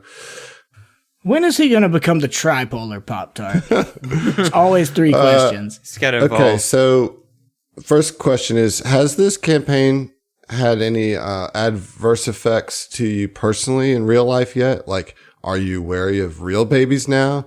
Will you ever look at shrimp the same way again? But like to the core of it, were there ever parts as we were recording it that shook you outside the game? I don't think we ever got to anything that was that. Nah. I had shrimp for dinner the other night. Yeah. It was delicious. Yeah. I'm so far removed from being a giant reptilian heroic adventurer that like none of this seems like real to me. Yeah, in any way whatsoever. Extremely removed from being a starship mechanic who From has been being to a- engineering stuff and computer stuff. Yeah, I don't. It's just nothing at all like you at all. Nope. Not even Not even a kinda. little. Yeah, I don't think I'm going to have PTSD from babies. All right, next All right, question. Well- next question. So do you think any of your corruptions will have lasting effects for your character once Signal Screams is over? 100%. Hell yes. Yeah. Yeah, I don't think you can go through this kind of thing and not have it affect you for the rest of your life. That's what I'm excited about. I doubt mechanically, I don't know, but I mean, I think on a personal level, each one of us will have to deal with, personality-based, trauma-based, remnants of this forever. Sure. Remains to be Yes. determined for Kuiper. Yep. Then this is the final of Bipolars. Directed it to me. What has been your most satisfying NPC kill since you can't seem to get your players? I thought the most fun I had with one of the scripted kills was Talk's kill. Yeah. I thought that one Yeah. was fun to just, oh shit, like the first time we like saw somebody like really get Fucking it's like, warned oh, him too, yeah. dude. Fucking warned that little bastard. Dude, he was safer with us. So up to there. follow that up, Commodore comes swinging in with related to the players. Do you get nervous when we mock Adam for his murder impotence? Not at all. Yes. All I can Never. say Yes. is Yes. count the episodes. I've been taunting him this whole time. So Well, I mean, You're the I only get one that's nervous. lost a character too. But yeah, I worry that all of the taunting is going to make you try to do something more extreme, more ridiculous, as opposed to focusing on the. But honestly, I think that you do put the story first. But I do worry about the outside pressure because it's not about how many characters you can kill, dear listeners. That's not what this is about. That's never been what this story is about. We're trying to tell a story. Don't add us, Min Max. Don't add us. Don't add us. Don't add us. You can miss me on that shit. No cap. I mean, this is all about All right. the journey. You don't want the journey cut short, right? Come on. Yeah. Yeah. I That's just personally hope that the outside influences do affect him. That way, when he doesn't kill me, I come out feeling more vindicated. lame. Yeah, exactly. That's the thing, though. He's not going to kill Mike. He's going to kill somebody else. Well, and so here's the other thing, though. Like, I'm That's not cool. concerned about it because Fell is secretly extremely tanky. Self-healing, can restore stamina, has a shield. Like, Oh, I thought you were joking. no, like dead No, serious. he's- No, he's no, really no, no. tanky. Did He's you see really his, low-key, super tanky. his CAC and EAC? Come on. They're Yeah. like, he's tough. Yeah, he's like 28 or something like that. Meanwhile, Ziva's up front with like fucking. Yeah, I mean, you're tanky, but you're so decidedly ranged. Exactly. So good luck killing me. Good point. Good point. Can't get killed if I never get near the enemies. What it comes down to is I'm not going to ever kill a player unfairly. You know what I mean? Like, I'll go for it. I'm not holding back at all. But, like, I'm never going to do it cheaply. I'm never going to throw something that's impossible for them to beat and be like, oh, I got you. You know, like, that's not what it's about for me as a GM. Like, I want to make every challenge that they fight as hard as it can be within the context of that fight, you know? Yeah. So, Yeah. Let the dice roll where they Right. may. And if the player makes a shitty mistake that costs them their life, well, don't make it Right. again. All right, next question. This one comes from Hot Rats. For the players, how fucked did you think you were during that mining robot fight? I always have faith, man. I can get through it. But I really thought it was awesome the way that Zach and I worked together because I think we were in the most danger. in that fight. Yeah. Agreed. I think that we were okay, but later finding out that about like the orienteering thing, if I think if we would have been blinded, we would have been fucked. Yeah. The initial turn, that I think made a that big would have difference. been a complete game changer. All right. Next question from Porter Paladin. Based on your experiences thus far, what kind of enemies do you think the crew is most likely to struggle with or potentially be defeated by? Do y'all discuss character builds or gear to try and address these party weaknesses as you realize them? That's two questions. I think our biggest concern moving forward is going to be mental manipulation, specifically towards Mikhail. I think he's going to get turned on us. I think that Reptoid fight was a precursor of what's going to happen in the future, and Mike's going to kill somebody. I've been the most concerned about that, considering I play Michael, but I also I keep bringing this up, so maybe you'll remember it. Like, I feel like everyone has this impression that I have like a -1 will. Like, Mike has like a +7 will. Like, he's not terrible at it. He has a pretty decent will score to be a soldier. It's not that I'm concerned about your will so much. I'm just concerned about if it gets through. Oh yeah, then you're fucked. Yeah. It's gonna be a bad day. That's my biggest fear. Kuiper's going invisible, so yeah. Yeah, Kuiper will be fine. Arin's got enough tricks to get away. Fel stays away always. Like, if anybody's getting killed by a controlled, Oh dear. Yeah. right, it's going to be Ziva. Yep. Right. And I will say, if Mike ends up getting brain controlled and kills Ziva, like, that'll be absolutely devastating. Oh, yeah. It'll be a good story. But it'd be so just for story. Oh, it'll be chef's kiss after some time. We can't even talk about that. We got to move forward here. So the gear thing. Yeah, though. well, as you guys level up, I guess the question here is, do you talk as a group to level up to shore up any party weaknesses? No, I don't. No, we all go into our corners and figure out what we want. Yeah. Well, with Mike, I have 4 levels ahead planned at any point, and I don't care. That's what I'm doing. Yeah, with Fel, I try to push it based off of his levels are not planned out, and they're done based off of what's happened to him since the last time he leveled and where he would have grown in that way. Even though it may not mechanically be the best for the character, it's what fits is what I go for. All right, next question. This is from Alex. Hello. If you guys were going to give book 1 of Signal to Screens a rating out of 10, what would you give it? Additionally, So a rating out of 55. what is something in the book that surprised you in a good way, and what is something you weren't fans of or wished was different? And not just, I wish I wasn't corrupted, but genuinely, what do you think? Where do you think this book fell flat? I'm going to go person by person on this so we don't have to talk over. I want to start with you, Emily. Rating first, 1 to 10. 9.5. Right? All right. So what surprised you about the book in a good way? The use of the app. What were you not a fan of or wish happened differently? Specifically with the book, I guess, or the... Ooh, I don't know. Right. Pass. It's okay. Sorry. John, 1 out of 10. 1 to 10. I'd have to give it a 10. Wow, top marks. Yeah. All right. So what was it? What was the thing that pushed it to the top mark? As Emily said, the use of the app, also just how expansive this was, and also I would say it wasn't just like, yeah, sure, everybody has to buy into the dread, but also the dread that was already written into the module. I think it was actually very good. It was very well written. Okay. What didn't you like about it? Pass. Zach, let's go to you. Maybe we'll get some different answers here. 1 out of 10. 1 to 10. 7.5. What surprised you in a good way? The seamlessness of transporting around the dungeon. Nice. I really enjoyed that. Yeah. What weren't you a fan of? The entire first 10 days. Yeah. You think that's where the book fell flat, or? Definitely. Yeah. For me personally, as a player, yes. Heath, 1 to 10.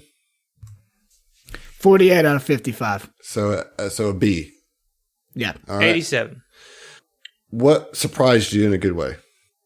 I really liked the mechanics of the mine and the way that you moved around the mine. I also really liked the Keys of Elysium map. Cool. What fell flat for you? Not being able to have any way to save any of the corrupted guests. Heard that. I think that's a fair and good answer. Josh, to you, 1 to 10. I was going to jokingly say 8.7 because that equals out to 48 out of 55. But realistically, probably about an 8. Okay. What surprised you? God, biggest surprise. The Fell's corruption, or rather his, the phantasm. Yeah. Yeah. Like that whole sequence was just like, what? To me. And then as well as probably equally rated, the freaking out about his own party members near the end of it with the Shadow Baby fight. Oh, nice. Yeah. All right. And where did it fall flat for you? Kind of fell flat with, I don't know. I wanted more interaction of things, more playing out of the downtime activities at the beginning of the book. More of like, instead of just you're here doing this thing, actually roleplay doing the thing for a bit, or a little bit more depth to those. Did we? I mean, we pretty much did that, though, right? I wanted time in the arcade, man. Oh, okay. So it wasn't so much what we did, but not the book. That was just our lack of a scene. It was more of a timing thing. Well, I will say there was. I wanted to do a whole thing in the theater with the burlesque. Yeah, and I was gonna do like a whole theater wide phantasm where shit got like really fucked up on stage. Oh man! But I just couldn't find a place for it. Where a burlesque dancer folded herself 12 times. Yeah. But no, realistically, my take on it is probably the polar opposite of Zach's. I loved the roleplay stuff at the beginning. The mine was one of the better dungeons that I've played through, but that's not why I play these games. Right. I'll say for me, the thing that surprised me is how much fun I had doing all the NPCs, because I was really kind of dreading it a little bit. And what fell flat was kind of surprisingly similar to what Zach was saying, is that there's expected for you to have these phantasms for 10 days and not do anything about it. Really? Like, not like be more agitated than the book expected you to be. Still expected you to be hanging out, still trying to have a vacation on day 10 when on the second night you see the Shadow Baby, Like, I wonder maybe that would play out differently if you were just to roll up brand new characters for the AP as opposed to having a pre-existing group like we do. Yeah, I definitely think that that's the case. And especially with who we work for or who we are. The APA. Right. Well, and you guys, if you made new characters, you wouldn't have the relationships that you already do, so you might not confide in each other as quickly. We might be more likely to just like, okay, let's play it off. I don't want to be, the weird guy in front of these new people. Yeah. Well, that's all I got for the listener questions, guys. You did a good job there on that last one. And I like that question, Alex. That's why I saved it for last. But that's all I got, Heath. Nice. Well, I was going to ask you, or maybe Emily, I guess, like, if there anything kind of on the business side of STF that we need to address or announce or anything like that before we get out of here? Nah. No? We're good? Yeah. Yep. All righty. Well, hey, I know it was a long one, but that's how book wrap-ups go. I'm not mad about it. It was some great conversations. I learned some things about the AP. Mm-hmm. I think we all did. So, thank you all, my good friends, for being at this TOMTalks. And it's going to be really exciting moving forward, going to Verses. Absolutely. I'm looking forward to it. I'm ready. For sure. All right. Well, there's only one thing left, and that's a big old... We'll see you. Hey, we'll see you.